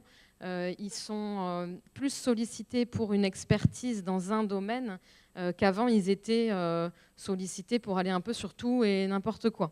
On pouvait leur confier des missions qui n'avaient rien à voir les unes avec les autres, les emmener sur des projets, leur demander de coordonner des choses. Aujourd'hui, le labo, c'est un premier filtre pour ne pas perdre de l'énergie dans des choses qui nous amèneraient nulle part. Voilà, c'est tout ce que je voulais dire. C'est la fin. Super, merci. Merci Pauline. On reviendra tout à l'heure à travers les questions. On va revenir justement sur la question du chef de fila avec la troisième intervention. Monsieur Tulleux, on a vu tout à l'heure des éléments de contexte liés au Gers. On va maintenant parler des Pyrénées-Atlantiques avant de terminer avec l'intervention de de Benjamin. Oui, je vais me lever aussi. Comme vous voulez. Bonjour. Je vais mettre mes notes ici. Bonjour à toutes et à tous. Il y a beaucoup de choses qui ont été dites. J'étais en train de me demander ce que j'allais pouvoir rajouter. La commande, c'était la façon dont on y met en route le chef de fila de l'action sociale et médico-sociale dans les départements des Pyrénées-Atlantiques. Et je regarde la montre. En 10 ou 15 minutes, j'ai pris 15. Voilà. Donc, moi, mon propos, il sera en 3 points. C'est quoi le chef de fila? Quelle a été la stratégie dynamique ou pas voilà, qu'on a mis en œuvre? Et les impacts managériaux sur les équipes de managers. Donc, on va retrouver des choses. Et nous, on n'a pas eu Mathilde. Voilà. Donc, on a fait comme ça. Mais en préalable, en quelques minutes, je voulais introduire des éléments de constat et de contexte. Ça a été dit, champ médico-social et social, de multiples intervenants. Si la loi NOTRe a effectivement consacré le département comme chef de file, il n'en reste pas moins que dès qu'on est sur un EHPAD, on compose avec l'ARS. Quand on est sur les questions d'inclusion, d'exclusion, il faut composer avec la direction de la cohésion sociale. Si on est sur le handicap, d'autres. On a tous, voilà, sur la petite enfance, les communautés d'agglo, mais aussi la CAF. Voilà, donc effectivement, la loi NOTRe a consacré département, mais il n'a pas non plus vraiment, elle n'a pas hiérarchisé ni priorisé. Donc, pour aller vite, le glossaire que j'essaye de tenir à jour pour les équipes, les élus, moi-même, fait 9 pages, caractère 12, polysarial. Voilà. Donc j'espère qu'un jour on nous pardonnera notre folie. Il suffit juste d'avoir essayé d'expliquer à sa voisine de palier comment elle devait pouvoir s'y prendre pour la sortie d'hospitalisation de sa grand-mère. C'est un exemple que je prends souvent. Et là, on lui dit clic, pôle, MSD, MDS, autre, et puis ça finit à la Maya parce que sa maman est un cas complexe. Et voilà, enfin, de finir par dire à quelqu'un votre maman est un cas complexe, pour l'avoir vécu, ma voisine me disait mais j'ai fait 10 ans de psychanalyse, je savais que ma maman est un cas complexe, mais où elle va demain? Voilà. C'est un peu ironique, mais en même temps c'est une réalité. Si on ne revient pas à ça, les millions qu'on dépense quotidiennement perdent de leur sens. Voilà. Donc ça c'est l'élément de contexte. Dans l'élément de contexte aussi, il y a 4 facteurs d'évolution. Ça a été dit tout à l'heure, des publics plus en difficulté, chez nous aussi plus psychiatrisés, plus à voir avec la souffrance. Leurs demandes, besoins, vous le disiez tout à l'heure, ont évolué. Il y a 25 ans, c'était facile. Quelqu'un venait, il avait une question, il partait avec une réponse. Tout le monde était content, c'était narcissisant, c'était gratifiant. Aujourd'hui, on est quand même face à des espèces de plats de spaghettis ou des pelotes de laine où on ne sait pas trop par quel bout le prendre. Troisième évolution, j'y reviendrai à l'heure, c'est ce que le législateur a introduit des logiques de parcours des usagers. On est passé de la tyrannie du P, du projet individualisé, au parcours. Mais on verra comment ça décale aussi sans doute un certain nombre de choses. Et puis dernière évolution, elle n'est pas innovante, c'est une contrainte financière qu'on traduise les logiques financières par des contrats pluriannuels d'objectifs et de moyens, des convergences tarifaires qui se cachent un petit peu derrière leur nom, ou des mutualisations. Dans le meilleur des cas, c'est à moyen constant, et dans le pire des cas, ce sera effectivement en baisse. Ça, c'est le paysage. Il est complexe, mais en même temps, c'est avec ça qu'on compose. Si on passe à côté de ces réalités-là, et auxquelles on participe tous les jours, on risque d'avoir des super trucs, mais complètement déconnectés de la vie des gens. Voilà. Alors, c'est quoi chef de file? J'ai été voir dans le Larousse, quand on regarde chef de file, la définition, il y a marqué « personne qui a une position dominante dans un groupe ». Personne qui a une position dominante dans un groupe. Donc là, on est exposé à 2 risques. Le risque mégalo, qui consisterait à dire de manière trépignante et incantatoire « c'est moi le chef de file, donc vous allez tous vous lagner ». Mais moi, je ne suis pas le chef de Pauline, je ne suis pas le chef des unions des CCAS, pas plus que de la DTCS. Donc c'est quand même une notion qui est un petit peu ambiguë, et elle peut ouvrir à une voie très autoritaire, un peu la chanson de Jacques Brel, il y a la file et au suivant, politique de guichet, et on sait que c'est mort ça. Voilà. L'autre vision, ça pourrait être aussi de se dire, moi chef de file, enfin département chef de file, c'est pas moi je ne compte pas, c'est comment je vais passer mon temps à essayer d'éradiquer tous ceux qui sont susceptibles. La caisse d'allocation familiale avec le schéma départemental des services aux familles qui quand même vient un petit peu empiéter sur notre schéma enfance-famille, les projets locaux de santé qui viennent un peu contrarier des trucs, le plan de santé mentale qui vient... Voilà. Entre ces 2 postures, on considérait que c'est peut-être un peu des logiques de perdants et qu'il fallait plutôt essayer de voir autre chose. La domination, on pourrait penser que c'est une domination budgétaire, mais l'évolution naturelle des allocations individuelles de solidarité, APA, RSA et autres PCH, l'accueil des mineurs non accompagnés et demain le garrot du 1,2% de dépenses de fonctionnement d'augmentation, feront que de toute façon, si on avait l'illusion d'être dominant là-dessus et d'être colosse, on serait colosse au pied d'argile. Voilà. Et puis enfin, la littérature est quand même pleine, et la mythologie, de ces personnages dominants, avec plein de pouvoirs, alors à la fois redoutés, craints, qu'il faut aller séduire, qu'il faut aller appâter, mais ils finissent toujours de deux manières, seuls, et seuls on ne peut pas faire grand-chose, puis ils finissent mal aussi, dans des souffrances atroces, éternelles. Il y en a un qui se fait enlever le foie, l'autre qui est mangé par ses enfants. Donc on souhaite quand même, comme chef de file, avoir une autre perspective que celle-ci. Et la définition du Larousse, s'il fallait un avertissement, dit aussi que chef de file vient de chef, la tête, qui en latin se dit caput. Donc il faut aussi... Voilà, les psychanalystes ou les psychologues qui sont dans la salle pourront aussi prendre ça comme avertissement. Donc, voilà, donc chef de file, on s'est dit 3 points. Donc je suis sur quelle stratégie et quelle démarche. 3 points. 1, un cap politique. On a rédigé ensemble avec les élus, les services, un théorème qui disait comment, au plus proche des territoires, en proximité, on essaye d'accompagner, d'accueillir et d'aller au mieux vers l'émancipation et l'autonomie des personnes. C'est ce qui a guidé, donc on est revenu finalement à l'usager, à ma voisine de palier et sa maman, et avec donc ce cap politique qui a été fixé. 3 buts, proximité, lisibilité, fluidité. Proximité, c'est garder 112 implantations territoriales dans un département qui est à la fois côtier, transfrontalier, rural, montagnard, avec des pôles urbains forts. Lisibilité, c'est faire en sorte que ma voisine de palier, si elle va à la PMI avec sa poussette et qu'elle avait le malheur, parce que maintenant tout a changé, qu'elle avait le malheur de poser une question sur le logement, c'était non madame, il faut aller rue machin. Voilà. Et on était très fort pour organiser cette espèce d'errance thématique, populationnelle. Et finalement, on alimentait les corps du non-recours. Et puis, peut-être inconsciemment, on peut dire que c'était aussi des stratégies, parce que pendant ce temps-là, on occupe les gens, ils ne sont pas sur autre chose. Et puis, transversalité, c'était de se dire comment on fait en sorte que, si le matin, on est sur une cellule d'évaluation du RSA, avec monsieur X, dont on est en train de revoir... à renfort d'évaluation, etc., le contrat d'engagement réciproque, que ce ne soit pas par hasard l'après-midi qu'on est en train de faire une cellule technique d'évaluation de protection de l'enfance, qu'on s'aperçoive que la jeune enfant dont on est en train de parler avant l'audience d'un juge est juste la fille du monsieur dont on a parlé de ce matin, mais que personne ne s'est dit que dans le contrat d'engagement réciproque, il pouvait peut-être y avoir un truc autour de la reconquête de ses droits parentaux. C'est de la faute à personne. C'est juste qu'on avait une organisation... avec 12 ou 15 entités territoriales, pas les mêmes secteurs géographiques de la PMI, de l'ASE, sinon ça aurait été rigolo, et très dirigé par le haut, en silo, avec des pôles autonomie, des pôles insertion, etc. Donc, concrètement, ça s'est traduit comment ? Il y a quelqu'un qui est sympa, qui est en train de passer les diapos, en fait. Voilà. Concrètement, en interne, je le fais vite, on a redécoupé 7 territoires qui, peu ou prou, couvrent aussi voilà, l'interco, et fusionner, ce n'est pas un gros mot. En gros, on a fait juste ce qu'on demande aux établissements sociaux, médico-sociaux de faire depuis 15 ans, vous savez, de la mutualisation, de la transversalité. Voilà. Et on a regroupé les équipes handicap, les équipes de l'ASE, les équipes polyvalentes, les équipes ceci, cela, sous un seul management et une seule direction. Certains sont là, je leur dis bonjour, de manière à ce que voilà, ce soit plus par hasard qu'on découvre les aspects de transversalité. La transversalité, c'est aussi se dire comment, dans un schéma... de l'autonomie, on le connecte avec le pacte territorial d'insertion pour faire en sorte que la crise de recrutement et d'attractivité des aides-soignants soit une préoccupation des filières d'emploi de l'insertion. Et que ça, en gros, qu'on ne fasse pas cohabiter nos problèmes, mais peut-être que des fois, les réponses de l'un soient les solutions des problèmes de l'autre.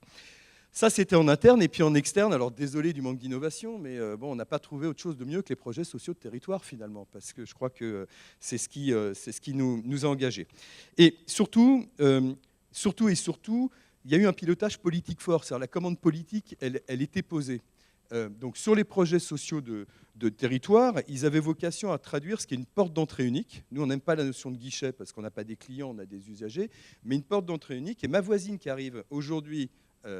pour une consultation de PMI, mais une question de logement, on ne la renvoie pas à l'autre bout de la ville ou de territoire. C'est à nous d'organiser le truc comme ça. Alors c'est encore en cours, en train de se consolider. La logique des projets sociaux de territoire, si on peut avoir... Merci David. Même celle d'après. Voilà, merci. On a activé les outils légaux et législatifs du département, les schémas enfance, les schémas autonomie, le PTI, machin, etc. On s'est dit que l'unité finalement d'intégration qui faisait qu'on ne ferait pas cohabiter des cases ou des silos, c'était le territoire, donc les 7 territoires et les projets sociaux de territoire qui doivent garantir cette transversalité, cette proximité et les préventions. On disait tout à l'heure, en termes de coûts et d'efficience, entre ce matin et ce soir, il y a 200 000 € de RSA qui sera sorti dans la journée. Donc ça peut être aussi intéressant de se poser les questions de prévention d'entrée dans le RSA, mais les préventions de dépendance ou de vieillissement chronique des personnes handicapées, c'est ça qu'on travaille avec, ce que vous avez expliqué, un diagnostic partagé, etc. Mais ça, comme chef de file, qui n'a pas choisi une position dominante, trépignante, autoritaire, ni à éradiquer les autres, il faut aussi quand même avoir l'honnêteté de dire que on a ça, mais chacun reproduit son truc. C'est-à-dire, j'avais participé à des travaux là, dans le plan de lutte contre la pauvreté, où il y avait notre homologue de la région wallonne qui disait on a fait un diagnostic, machin. Et en fait, ce qu'on lui disait, il y avait autour de la table la MSA, la CAF, des départements, des communautés. À nous, on fait pareil, mais on est tous partenaires du schéma ou du plan de l'autre. Et à un moment donné, ce défaut de clarification, il est quand même pesant. Parce que soit on épuise les acteurs, soit on se dit poliment, parce qu'on est tous très bien élevés, qu'on n'est pas dans des champs concurrentiels. Donc à un moment donné, c'est aussi peut-être les postures qui feront émerger finalement la légitimité plus que l'incantation. Voilà, donc la posture aussi stratégique, c'était de dire un département, même s'il a une manne financière importante, il ne peut plus être autosuffisant, au sens propre comme au sens figuré. Le défi de la prise en charge psychique et psychiatrique, qui est un des axes prioritaires du premier projet social de territoire de Nive-Nivelle, on ne recrutera pas des psychiatres. Enfin, je veux dire, cette époque où on se disait il y a un souci, on va recruter, elle est finie. Donc c'est comment on va nouer des alliances et faire en sorte qu'il y ait le partage d'une priorité commune et qu'on arrive à orienter des ressources, mais y compris du secteur psychiatrique. Et nos élus ont un rôle à jouer, puisque souvent ils siègent dans les conseils de surveillance et les communautés médicales. Dernier point, j'ai encore 3 minutes 12. Dernier point, les impacts managériaux. Je vais me permettre de contredire David. Tout à l'heure, vous disiez le manager social, c'est quelqu'un qui, faiblesse de penser que c'est un groupe qui. C'est-à-dire, je persuadé aujourd'hui. Alors, ce que je veux dire n'est pas forcément démontré, mais un peu intuitif.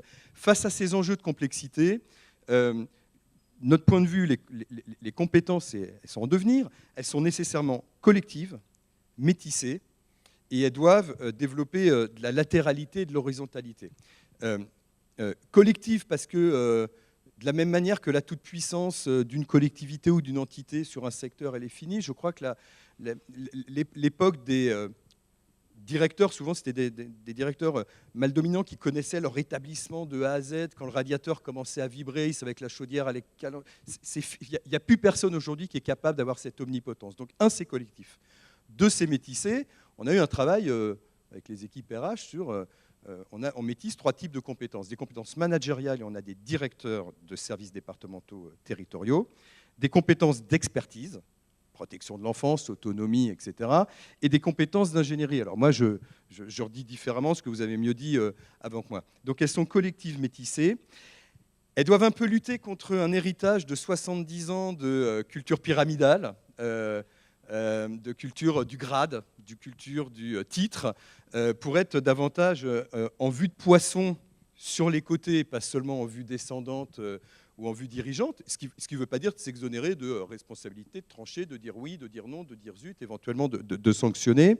Mais surtout, si on renvoie aux usagers et à la logique de parcours qui domine aujourd'hui, réponse adaptée pour tous, parcours inclusif, c'est aussi un appel à l'évolution des pratiques managériales des établissements. L'époque où on disait c'est bon, j'ai tous mes résidents, j'ai rénové mes lits, j'ai mon SAVS que j'ai été négocié, j'ai mon CERDI d'aide à la vie sociale.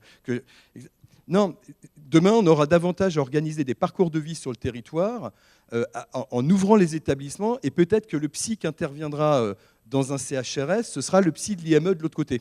Voilà, moi je suis vraiment persuadé que si on ne raisonne pas comme ça, on va aller sur des logiques de déficit et du coup de nécrose, et puis que surtout, on n'arrivera pas à accompagner les gens dans leur vraie vie sur le territoire. Alors en conclusion, deux points d'attention quand même sur le management avant la conclusion. Il y a quand même quelques points d'attention. Un travail en réflexivité, ça a été dit tout à l'heure, c'est-à-dire se regarder travailler là-dessus. Cette complexité des usagers, c'est la complexité de nos équipes, et on ne peut pas avoir une posture qui va être un peu avec de l'horizontalité en interne dans le management et une posture autoritaire avec les partenaires.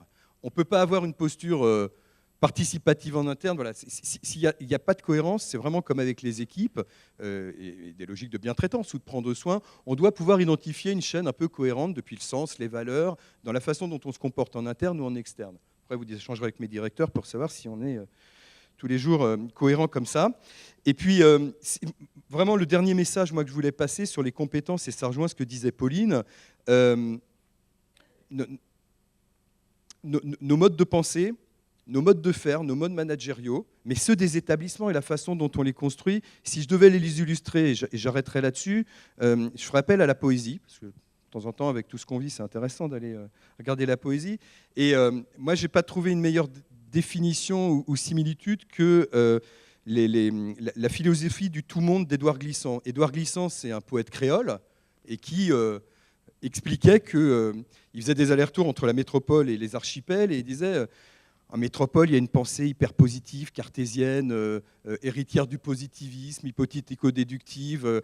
Et il disait, je ne m'y retrouve pas parce que dans les archipels, comme on est loin et qu'on n'est pas dans une culture de la circulaire, moi j'ai participé à des circulaires, on a été obligé de développer des modes de communication et des postures, tout à l'heure on parlait des postures, différents, plus latéraux, plus horizontaux. Et il a évoqué ce qu'on appelle la pensée archipélique. Et moi, je pense que nos usagers, nos établissements, nos managers sont appelés à cette pensée archipélique qui dit juste, c'est une pensée non systématique, mais systémique, qui est capable d'explorer l'imprévu, le souffrant, l'inattendu.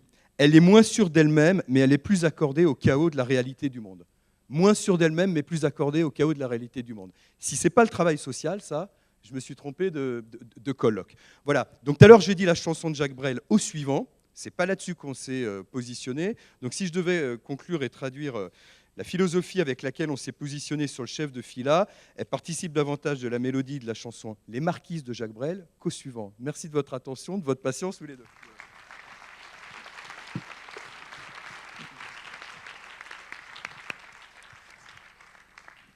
Alors pour terminer cette table ronde, avant que vous nous posiez des questions, j'ai reçu déjà quelques SMS. Une dernière intervention, vous savez qu'on a l'habitude de croiser les regards entre des professionnels, praticiens et aussi des académiques. Donc je vais laisser la parole à Benjamin Dreveton qui nous a fait le plaisir de venir de Poitiers pour apporter son regard sur ce que évoque justement l'université en matière de gouvernance. Bonjour à tous. Donc, comme le disait David, voici maintenant venu le moment ennuyeux de cette première conférence, puisqu'il m'a demandé de faire l'universitaire. Et donc, je vais essayer de répondre à cette commande. La bonne nouvelle pour vous, c'est que normalement, j'avais prévu largement 15 minutes, mais que vu qu'on a déjà pris du retard, ça va peut-être durer un peu moins longtemps. Alors, d'abord, quelques mots introductifs. Je crois qu'on l'a bien vu dans les expériences qui ont été relatées. Le thème de la gouvernance, c'est aujourd'hui un thème qui est un thème central pour nos organisations, pour les collectivités. On voit que, d'ailleurs, les exemples le montrent bien, on essaye d'innover en la matière, mais ce qui est intéressant de constater, c'est que c'est aussi un thème d'importance pour les chercheurs en management, en sciences de gestion, et notamment en management public. David parlait demain de la conférence RMAP qui va s'ouvrir, et si vous avez la curiosité de regarder le programme, vous verrez qu'il y a un atelier qui justement s'intéresse à cette problématique de gouvernance, et d'ailleurs un atelier qui sera dirigé par notre collègue canadien-québécois Bachir qui arrive tout à l'heure. Donc il y a un vrai intérêt, me semble-t-il au départ, à croiser les regards. Alors ce que je vous propose ici, c'est de faire un petit peu de théorie. Alors excusez-moi, c'est juste pour... Promis, je ne serai pas long, juste quelques éléments de cadrage. Surtout, vous parlez d'une enquête qui a été menée par David et un de ses collègues, Monsieur Baldé, j'espère que je ne me trompe pas, qui a permis de réaliser un état des lieux sur l'état de la gouvernance dans les collectivités, et vous allez voir qu'il y a quand même des résultats qui sont assez impressionnants, me semble-t-il. Et enfin, et peut-être surtout d'ailleurs, vous proposez un regard réflexif qui suit du chercheur, critique, mais en essayant d'être critique constructif. Voilà. Donc si on prend la notion de gouvernance, je ne vais pas vous embêter, il y a un grand débat sur ce que c'est que la gouvernance. On n'est pas forcément d'accord d'ailleurs entre nous sur ce que c'est précisément. On va faire simple, on va dire que ce sont des dispositifs qui vont rendre transparent la gestion d'une organisation. Voilà, pour faire très très large, excusez-moi. Si on regarde la trajectoire de la gouvernance, pendant longtemps, cette gouvernance, et c'est normal puisque c'était la théorie de l'actionnariat qui s'imposait, on la qualifiait d'actionnariale. L'idée, c'était de dire que les actionnaires avaient donné le pouvoir à des dirigeants pour diriger une entreprise et donc qu'on devait rendre des comptes. Ils devaient avoir des mécanismes pour connaître précisément quels étaient les enjeux et comment se passait la gestion au sein de leur organisation. Et puis, progressivement, cette gouvernance, elle a changé de nature. Et d'ailleurs, on le voit bien, parce qu'on nous a beaucoup parlé de cette seconde nature, et elle devient partenariale. L'idée, c'est de se dire, on va introduire dans la gouvernance l'ensemble des parties prenantes. Là, vous avez deux visions et donc deux socles théoriques complètement différents. Là, pour vous embêter vraiment, la théorie de l'agence sur la perspective historique, donc développée dans les travaux au début du XXe siècle par Burley-Mintz, et puis la gouvernance partenariale qui est beaucoup plus récente, qui date des années 80. Si on donne une date, on va dire 84 Freeman. Voilà, mais vraiment deux choses différentes. Alors, la gouvernance actionnariale est très critiquée, on le voit, hein, y compris dans la presse d'ailleurs. La gouvernance partenariale un peu moins. Pourtant, on le verra, elle peut être soumise à la critique, bien évidemment. Alors, qu'est-ce que ça donne dans les organisations publiques ? Je passe le premier point. Le premier point était pour dire que la gouvernance existait aussi dans les organisations. Si on se pose la question de l'origine, on peut trouver une origine au sein des villes, et notamment au sein des villes, au sein des Pays-Bas, où on parlait d'un gouverneur. Mais je vais passer ça assez rapidement.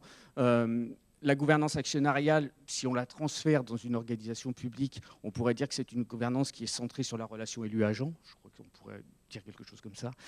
Et puis si on la décale, et là les exemples nous l'ont bien montré, et si on parle d'une gouvernance partenariale, on dit que cette gouvernance, elle va intégrer l'ensemble des parties prenantes à mon action et à mon action de service public. Je les ai listés, mais bien évidemment, il y en a plein d'autres, les citoyens, les usagers, les riverains, associations, etc.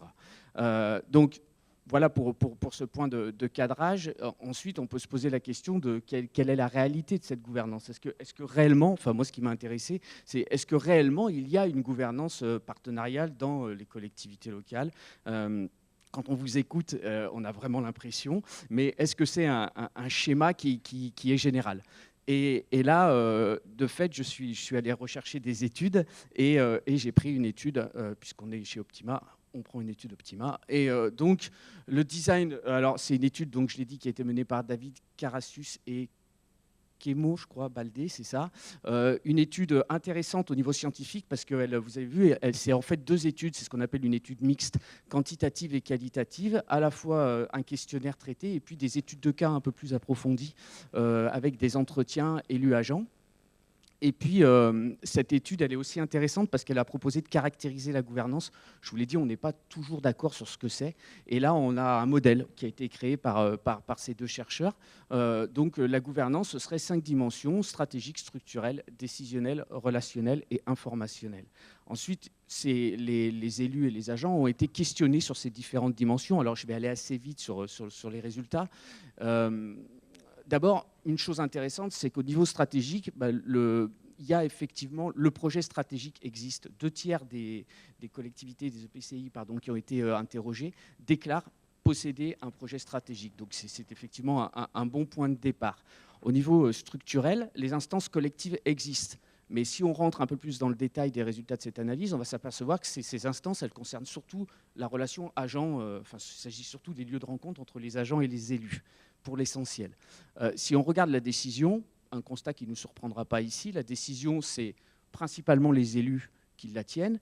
Ils essayent de faire du consensus, on y reviendra par la suite, mais par contre, le point peut-être un peu négatif, c'est que cette décision, elle est très faiblement outillée. On se sert très peu d'outils de gestion comme aide à la décision. Au niveau relationnel, l'importance des élus est soulignée. je n'insiste pas, je vais m'arrêter un peu plus sur l'informationnel. Communication interne et externe peu développée, qu'est-ce que ça veut dire? Un chiffre intéressant dans cette étude, 35% des EPCI qui ont été interrogés déclarent ne pas diffuser leur projet en interne ou en externe. Voilà, donc on s'aperçoit qu'il y a la volonté peut-être de le faire, mais que quand on regarde ce qui se passe, alors évidemment c'est du déclaratif, etc., on n'est pas forcément encore dans cette dynamique-là. Alors ensuite, ils ont tenté de faire un schéma de synthèse, vous voyez, avec deux dimensions. Est-ce que la gouvernance est fermée, ouverte, ou est-ce qu'elle est passive, proactive? En fait, je crois qu'on peut tirer 3 idées de ce schéma. La première, c'est qu'aucun stéréotype domine. Si vous regardez 21, 25, 18, 35, il n'y a pas réellement de domination d'un cas spécifique. Ensuite, il y a une autre chose qu'il faut remarquer, c'est que les cas extrêmes sont importants. Regardez, la gouvernance proactive ouverte concerne 25%, mais à l'inverse, la passive fermée 35%. Donc sur les cas extrêmes, on est quasiment à 60% de l'échantillon. Et puis, il y a une chose peut-être qui va moins nous plaire ici, mais il faut quand même le remarquer, c'est que si je regarde la gouvernance fermée, puisque vous avez vu, le titre c'était du fermé à ouvert, on va s'apercevoir que, et peut-être de façon un peu contre-intuitive, en tout cas, ça ne reflète pas ce qu'on a entendu depuis ce matin, on est à plus de 50%. De PCI qui déclarent avoir une gouvernance complètement fermée. Alors, du coup, forcément, moi, je me suis interrogé, je me suis dit, mais pourquoi? Pourquoi si beaucoup de ces EPCI déclarent avoir cette gouvernance fermée? Et alors, je vous propose quelques réflexions, et ces réflexions, alors, elles ont été déjà données ce matin, je crois que ça va permettre peut-être de donner un peu plus de force au discours. D'abord parce qu'on s'aperçoit que la rénovation de la gouvernance, c'est-à-dire le passage d'une gouvernance fermée à ouverte, elle complexifie énormément l'organisation. Elle complexifie l'organisation, il faut créer des structures. Ces structures, elles n'existent pas, elles réunissent des personnels qui sont des personnels qui n'avaient pas l'habitude de travailler ensemble, qui sont dans des structures différentes. Donc ça complexifie l'organisation, ça complexifie aussi son fonctionnement. Il va falloir créer encore de nouvelles instances pour gérer des problèmes un peu différents, mais qui existaient déjà. Et puis, ça complexifie aussi notre rôle, à nous. C'est-à-dire que, je ne sais pas, moi, vous avez vu, je viens de Poitiers, donc j'ai vécu le passage de 13 collectivités à 42, enfin maintenant 40. Quand on discute avec des directions, on se dit, avant, moi j'avais un élu référent, maintenant j'en ai 4, je ne les connais pas, j'y arrive pas. Quand est-ce que je vais les voir? Avant lui, je le voyais là, maintenant je ne sais plus comment faire. Donc on s'aperçoit qu'il y a aussi un changement qui est dur à gérer, qui est un changement identitaire, un changement des rôles. La deuxième chose, c'est la volonté, on l'a vu ce matin, d'intégrer les parties prenantes. Et l'intégration de ces parties prenantes, elle se fait avec un maître mot qu'on a entendu beaucoup, qui est le mot de consensus. Et ça, c'est un mot qui est justement tiré de la théorie des parties prenantes. Et vous avez vu, sur ce consensus, moi j'ai mis un point d'interrogation. J'ai mis un point d'interrogation parce que les expériences que j'ai me disent que c'est très compliqué d'obtenir un consensus, ou quand on obtient un consensus, ça se fait souvent au détriment d'une partie. Ouais. Moi, le dernier exemple que j'ai vécu, c'est la rénovation d'une rue. Vous prenez juste une partie prenante, les usagers de cette rue. Vous allez discuter avec quelqu'un qui a une voiture, il va vous dire, moi, dans la rénovation de cette rue, il me faut du parking. Vous allez discuter avec une entreprise qui passe tous les jours avec son camion, qui va vous dire, moi, il ne me faut plus de parking, parce que moi, je veux pouvoir passer mon camion sans monter sur les trottoirs. Donc, ou alors, il faut supprimer le trottoir. Et puis après, vous discutez avec une maman qui emmène son enfant à l'école dans une poussette et qui vous dit, moi, j'ai besoin d'un trottoir. Mais donc, en fait, ces demandes, elles sont incompatibles. Donc, il n'y a pas de consensus possible. Dès lors, la question qu'on peut se poser, c'est est-ce qu'il n'y a pas un biais qui serait, on communique sur ces dispositifs et on fait du storytelling, quoi. L'important, c'est de se justifier vis-à-vis de mon environnement et de dire, mais oui, moi aussi, je fais de la gouvernance partenariale, ma gouvernance est ouverte, etc. Mais quand je rentre dans l'organisation, est-ce que tout simplement, et évidemment, je vous pose la question de façon un peu provocatrice, parce que ce que j'ai entendu ce matin me fait dire l'inverse, mais ce n'est pas les résultats de l'enquête. Est-ce qu'on n'est pas face à un mythe? Le plus important, c'est de dire qu'on fait. Et après, le faire, c'est autre chose. Alors, malgré tout, je ne voulais pas vous laisser là-dessus. Donc, parce que là, je vais partir en courant. Donc, je me suis dit, comment on peut faire? Comment on peut faire? C'est facile, c'est présent dans le titre. Il s'agit d'innover, quoi. Et de ne pas céder à la mode. On a un chercheur qui s'appelle Abrahamson dans notre domaine et qui parle de mode managérial. Et vous savez que nous, ici, dans les collectivités locales et de manière générale dans les organisations du secteur public, on est très soumis à ces phénomènes de mode. Alors, excusez-moi, je le décale, mais moi, je viens plutôt de la compta et du contrôle. Il y a une mode sur le balance scorecard. Il fallait à tout prix faire du tableau de bord, il fallait à tout prix piloter la performance. Finalement, peu importe ce qui se passait réellement, mais on avait mis en place des directions du pilotage de la performance parce que ça faisait bien, quoi. Ouais. Alors, quand on lit Abrahamson, c'est vraiment intéressant et je vous encourage à le lire. Il parle de deux catégories. Il dit il y a les utilisateurs de la mode, puis il y a les faiseurs de mode. Et moi, je pense que notre voie de sortie, et j'en suis content parce que là, j'ai entendu des choses qui vont dans ce sens-là, c'est justement de ne pas copier ce que se fait dans le privé, mais essayer d'inventer notre propre modèle. Alors évidemment, c'est difficile, vous l'avez dit, on fait des erreurs, on se trompe, mais c'est peut-être ça. Alors comment on peut faire ? Et je crois que je vais arriver au bout. Quelques pistes de réflexion. D'abord, penser collectivement la création des instances de gouvernance. Ça veut dire que souvent, on s'aperçoit, par exemple, que l'usager, l'entreprise, elle apparaît après. Une fois que les instances sont créées, on lui demande de venir donner son avis. Mais est-ce qu'on ne pourrait pas remonter en amont dans le processus et ça complexifierait énormément les choses, mais les faire réfléchir aussi à la façon dont eux, ils ont envie de prendre part. Et ça vient d'où ? Ça vient d'un courant qui est l'open innovation, excusez-moi, l'innovation ouverte, et qui dit si on veut que ça marche, il faut faire participer l'utilisateur le plus en amont possible. Ensuite, il y a la question des valeurs, incorporer les spécificités de l'action publique, ne pas oublier nos valeurs. Il ne faut pas que la création de ces instances, de ces dispositifs organisationnels dont parlait David ce matin, nous fasse oublier l'essence même de l'organisation publique. Au contraire, on doit la remettre au centre.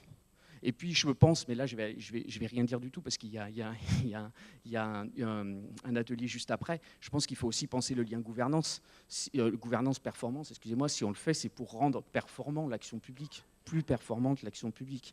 C'est pas pour, au contraire, diminuer nos capacités. Et quand je dis performance, c'est pas un vilain mot dans ma bouche. Hein. Je parle pas forcément de performance financière. Vous avez vu, j'ai dit performance de l'action publique. Donc, au final, et je conclurai là. La question qu'on peut se poser, c'est est-ce qu'il faut vraiment passer à une gouvernance partenariale ? Moi, je vous propose peut-être une autre voie. Et l'idée serait peut-être de dire qu'il faudrait surtout passer à une gouvernance responsable. Et quand j'entends responsable, je l'entends au sens de Socrate, c'est-à-dire être responsable de nos actes et de leurs conséquences, ici et ailleurs, et aujourd'hui et demain. Voilà, je vous remercie beaucoup. Merci Benjamin. Alors comme c'était prévu, même si nous avons pris déjà pas mal de retard, on va garder un petit espace à des questions-réponses. On avait un quart d'heure de retard au départ, on va les avoir à l'arrivée, je crois. Est-ce qu'il y a des questions dans la salle ? Il y a 2 micros qui sont ici. Est-ce qu'il y a d'abord des questions dans la salle ? Il y a quelques questions qui ont émergé par SMS, mais je donne la priorité à la salle qui se lance. Exercice toujours difficile. Pourtant, c'est une thématique qui devrait se prêter aux questions, compte tenu des problématiques qui ont été évoquées. Allons-y. Qui fait l'effort ? On a des étudiants aussi dans la salle. Pas de questions pour l'instant. Je vais en poser une alors pour lancer les débats. Il y en a une qui a été posée par SMS, qui était plutôt une question qui était liée à l'intervention du GERS. Est-ce que le découpage territorial et la volonté identitaire des petites collectivités n'est pas un frein justement à l'organisation de ces gouvernances multipartenariales plutôt ouvertes ? Vous avez le micro qui est ici. Est-ce que ce n'est pas un frein, le découpage territorial ? Normalement, il doit être actif.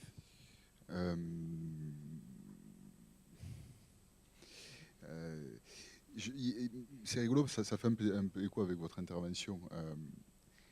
Il y a cette espèce de quête d'absolu de l'efficacité. On est tous porteurs d'un petit peu de ça. C'est-à-dire qu'il faudrait que tout le monde soit plus simple, plus gros, plus rapide et plus fort. Mais la République, dans un département comme le Gers, c'est 462 communes, c'est 462 maires qui font un job incroyable et qui tiennent la République à bras le corps. Et ce que je veux dire par là, c'est que la question, on a des présidents de PCI dans la salle qui disent il y a des grands moments de doute au moment des conseils intercommunautaires sur qu'est-ce qui va se passer, qu'est-ce qui va sortir, quelle liberté de parole. Mais c'est la République. Et à un moment donné, je crois qu'il y a la question du rapport au temps. On a très peu parlé du rapport au temps. Enfin, vous en parliez à la fin de votre intervention. Il y a la question du rapport au temps. Laissez le temps faire. La République est une vieille dame. La question de la constitution des communes, vous aurez compris que je suis assez pro-commune dans mon propos, mais je crois que la commune a vocation à exister parce qu'en l'occurrence, sur les territoires ruraux, elle est quand même le filet de secours de premier niveau et de chaque instant. Et ce sont ces élus. Alors, les penser comme de temps en temps des empêcheurs de tourner en rond, des non-facilitateurs d'une forme d'effectivité absolue d'action publique, je pense que c'est un raccourci intellectuel et je pense que nous serons jugés aussi sur notre capacité à laisser le temps au temps. Voilà, tout le monde dit, mais pourquoi cette intercommunalité, pourquoi le CIS n'est pas créé? Ah, mais c'est le maire de machin qui était avec le maire. C'est plus compliqué que ça. Et moi, je crois que c'est un temps à respecter. Par contre, c'est un temps qu'on pourra d'autant plus respecter si, une fois de plus, et j'insiste là-dessus, je crois que les cadres et les cadres supérieurs de la fonction publique territoriale ont une responsabilité plus que jamais de pédagogie. Vous parliez du consensus, cette fameuse rue, est-ce qu'on la met piétonne, demi-piétonne, etc., etc. Mais le consensus, il foule une partie des personnes qui n'ont pas eu raison.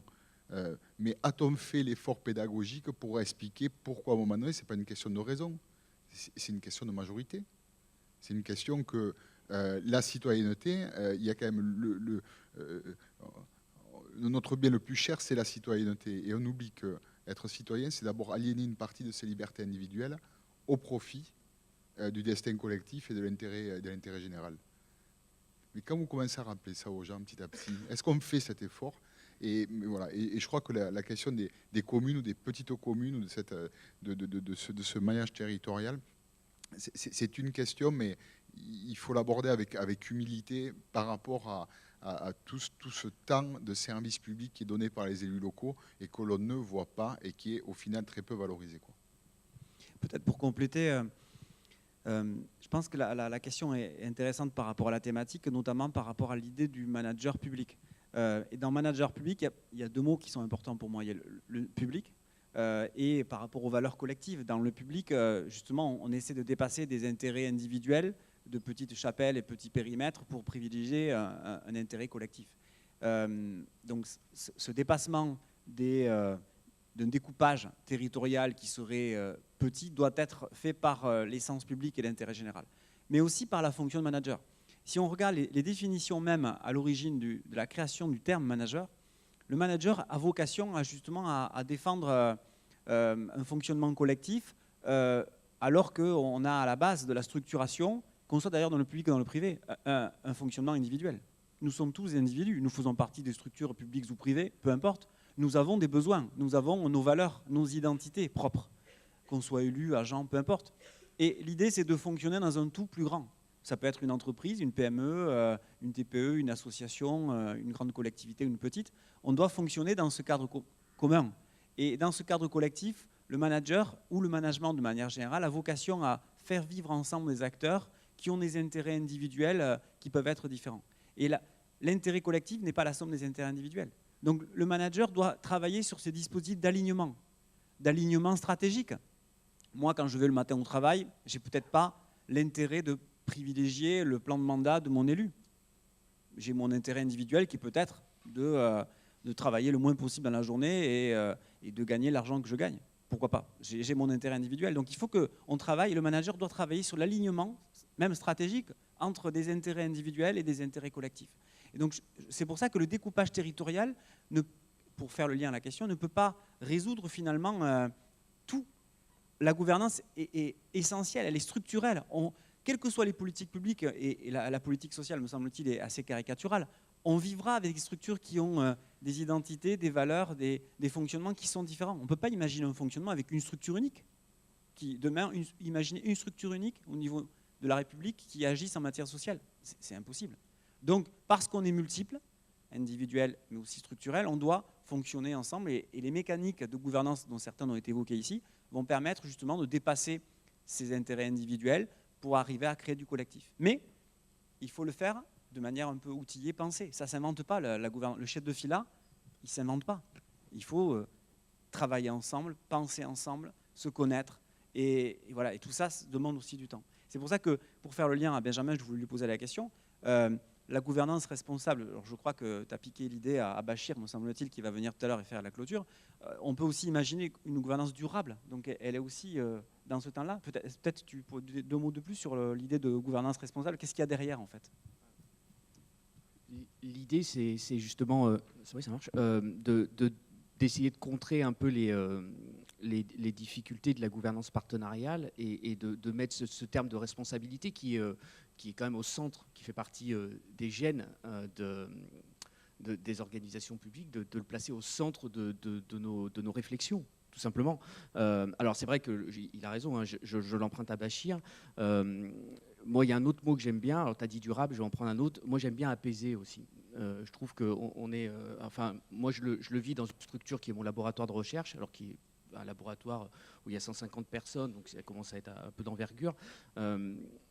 Moi, je préfère... Enfin, si je devais choisir un terme, j'aurais pris celui d'apaiser, mais bon, il n'existe pas aujourd'hui encore dans la littérature, parce qu'on s'aperçoit qu'en fait, ces réformes, elles sont aussi source de conflits énorme entre les structures, et on l'entend d'ailleurs un peu en background derrière vos interventions. Alors, il ne faut pas éviter le conflit, hein. Là aussi, on a des célèbres chercheurs qui nous ont expliqué qu'il y avait du conflit constructif, donc que ça fonctionnait. Mais je pense que si je devais choisir un terme, en fait, je prendrais celui d'apaiser. Essayer de remettre au centre notre responsabilité, de venir avec nos identités et pour des valeurs qui sont les valeurs du service public. Il y avait une autre question qui m'a été posée, mais encore une fois, je préfère que vous les posiez de manière directe, par SMS. Il y a une question là-bas, je vais juste poser ma question, et comme ça on a le temps de vous amener le micro. Une question directe, et je comprends qu'elle soit posée par SMS. Les élus, je la pose à M. Cellier, qui nous fait l'amitié de venir. Je trouve que, d'ailleurs, cette journée s'ouvre autant aux cadres territoriaux qu'aux élus, hein, parce que les élus sont aussi des managers. Et une question, M. Cellier, les élus sont-ils un frein à une gouvernance partagée? D'où le SMS. Je vous dirais oui et non. Oui, parce que l'élu, par définition, quand il est élu, c'est les bases de notre démocratie, il ne cherche pas le consensus à 100%, comme ça a été évoqué tout à l'heure. Il a été élu, il a un programme, il a une stratégie, il a été élu pour ça, et il le mène tout au long d'un mandat. Et il est absolument impossible qu'à chaque action, qu'à chaque innovation, qu'à chaque réflexion que l'élu amène, ou alors il faudrait faire des référendums tous les 3 jours. Moi, je crois que les élus qui construisent et qui bâtissent sont des élus qui, collectivement d'abord, parce qu'il y a des maires, il y a des présidents de PCI, mais il y a des adjoints, des vice-présidents, donc c'est aussi un collectif qui travaille au nom des citoyens, des usagers, des riverains qui les ont élus. Et la sanction, elle est à la fin du mandat. Vous avez fait ce pourquoi on vous a élu ou pas? Alors oui, c'est un frein. C'est un frein, mais on le voit tous les jours. Enfin, je veux dire, là, vous faites quelque chose. On rénove en ce moment sur Roche la place de la cathédrale. Pendant 20 ans, on nous a dit, vous faites rien, cette mairie, cette cathédrale est immonde, la place aussi, etc. Là, on rénove la cathédrale. Il y a tout qui nous tombe dessus, quoi. Les commerçants qui sont furieux, les gens qui ne peuvent plus se garer. Mais ça ne fait rien, on continue. On n'est pas du tout dans le consensus. Alors après, ce que vous avez dit, par contre, est extrêmement important, c'est que c'est l'apaisement, quoi. Il faut tout le temps, rencontrer les gens, apaiser les tensions, apaiser les revendications quand elles sont un peu utopiques, ou les expliquer. Et je trouve que cette notion d'apaisement, pour nous, elle est vraiment prépondérante, quoi. Il y avait une question aussi pour Madame Dubois, pour que tout le monde ait ses questions. Dans le labo d'innovation sociale, on part d'un constat de départ, peut-être en lien avec ce que disait Benjamin, c'est qu'autour des notions de gouvernance ouverte, on n'a pas forcément une culture des acteurs, et là c'est plutôt des agents, puisqu'on parlait de gouvernance interne pour vous, qui est très active sur le sujet. Comment vous faites pour que justement le labo puisse exister, être dynamique, en étant sur un terrain, pas forcément celui de la ville ou de l'agglo, hein, parce que je pense beaucoup de collectivités, c'est votre cas. Comment vous faites pour justement qu'il y ait une activité, une dynamique autour du labo, et que le message puisse diffuser dans toute l'organisation? En fait, là, j'ai présenté le labo, mais le labo, c'est la direction. Le labo, c'est moi, c'est Marie-Luce qui est là, c'est Florent, c'est Guy, c'est tous ceux qui travaillent ensemble au sein de la direction pour faire en sorte que le labo puisse entrer dans chaque service. Et la porte d'entrée, ça reste le chef de service. Le labo, il se déplace, il va voir les services régulièrement. Les chefs de service sont eux-mêmes en quelque sorte membres du labo. Donc ils infusent aussi à leur façon dans les services leurs idées et leur micro-innovation, parce qu'on n'est pas sur des innovations de transformation sidérale non plus. Moi, l'image que je garde, c'est celle du chimiste, avec ses petites éprouvettes. Et puis chacun teste des trucs, et puis au final, on arrive à aller tous ensemble dans la même direction. C'est juste un changement d'état d'esprit qui est attendu des chefs de service. Après, sur la communication interne, on a une DRH qui a un petit service de communication interne qui fonctionne bien. Nous, on a nous-mêmes une petite lettre d'info qui s'appelle le Big Tweet. Donc, c'est des micro-tweets rédigés par les uns et les autres. Donc, on n'en a fait qu'une édition pour l'instant parce que ça se construit aussi. Et je suis assez d'accord avec vous sur la temporalité des choses. On a envie d'aller super vite sur tout. Et en fait, ça ne sert à rien de se faire du mal et de se mettre à l'agonie. Il faut travailler sur plusieurs années sur ces sujets-là. Et la première mission du labo, aujourd'hui, vous me posiez d'ailleurs la question des indicateurs dans le devoir que je devais faire pour vous. En fait, je m'en fous des indicateurs sur le labo aujourd'hui. Ce n'est pas le sujet. Le sujet, c'est d'emmener tout le monde dans la même direction. Et c'est ce pourquoi le labo est missionné aujourd'hui. Quand il aura fait ça, après, on passera à la suite. Et s'il a besoin d'1 an pour le faire, c'est bien. S'il a besoin de 3 ans pour le faire, parce qu'on part de loin, ça me va aussi. J'ai pas d'objectif précis, temporel, de réussite de ce labo. Pour moi, c'est l'affaire de tous, en fait. Merci. Il y avait une question, monsieur, Merci beaucoup. à droite. Moi, je m'appelle Arsène Vigan. En fait, ma question rejoint exactement la question que vous venez de poser. C'est par rapport disons, au labo. Comment le labo construit donc sa légitimité à pouvoir donc montrer ou bien dire aux gens, oui, nous travaillons sur tel projet, telle initiative. On essaie donc de mettre en place, disons, ce mécanisme pour pouvoir peut-être rendre votre structure plus efficace et tout. En même temps, vous ne savez pas si ça va être efficace parce que vous dites que vous fonctionnez aussi, c'est ça aussi l'innovation sur des processus d'essai, erreur, etc. Et comment on arrive, disons, à embarquer tout le monde, disons, dans la dynamique de l'innovation. Mais je pense que vous avez répondu en partie à la question tout à l'heure. Et aussi, et surtout par rapport à l'implémentation des innovations. Comment, par exemple, vous suivez le processus d'implémentation pour que donc l'innovation que vous avez imaginée puisse servir réellement dans la pratique? Voilà un peu ma question. Je pourrais parler plusieurs heures là-dessus. Sur la première question, en plus, j'ai expliqué qu'on était passé par des repositionnements sur le labo. Donc, ces 2 anciens travailleurs sociaux qui sont devenus, qui sont maintenant des collègues du labo, ils ont dû faire preuve de curiosité et se former. Et ils sont en apprentissage encore aujourd'hui. Et je pense qu'il y a beaucoup d'humilité de la part de ces 2 agents, y compris dans la façon dont ils vont rencontrer les chefs de service. Ils ne sont pas jugeants sur ce qui pourrait être mené par les uns et les autres. Ils sont accompagnateurs et facilitateurs. C'est pas un service comme un autre. D'ailleurs, c'est pas un service.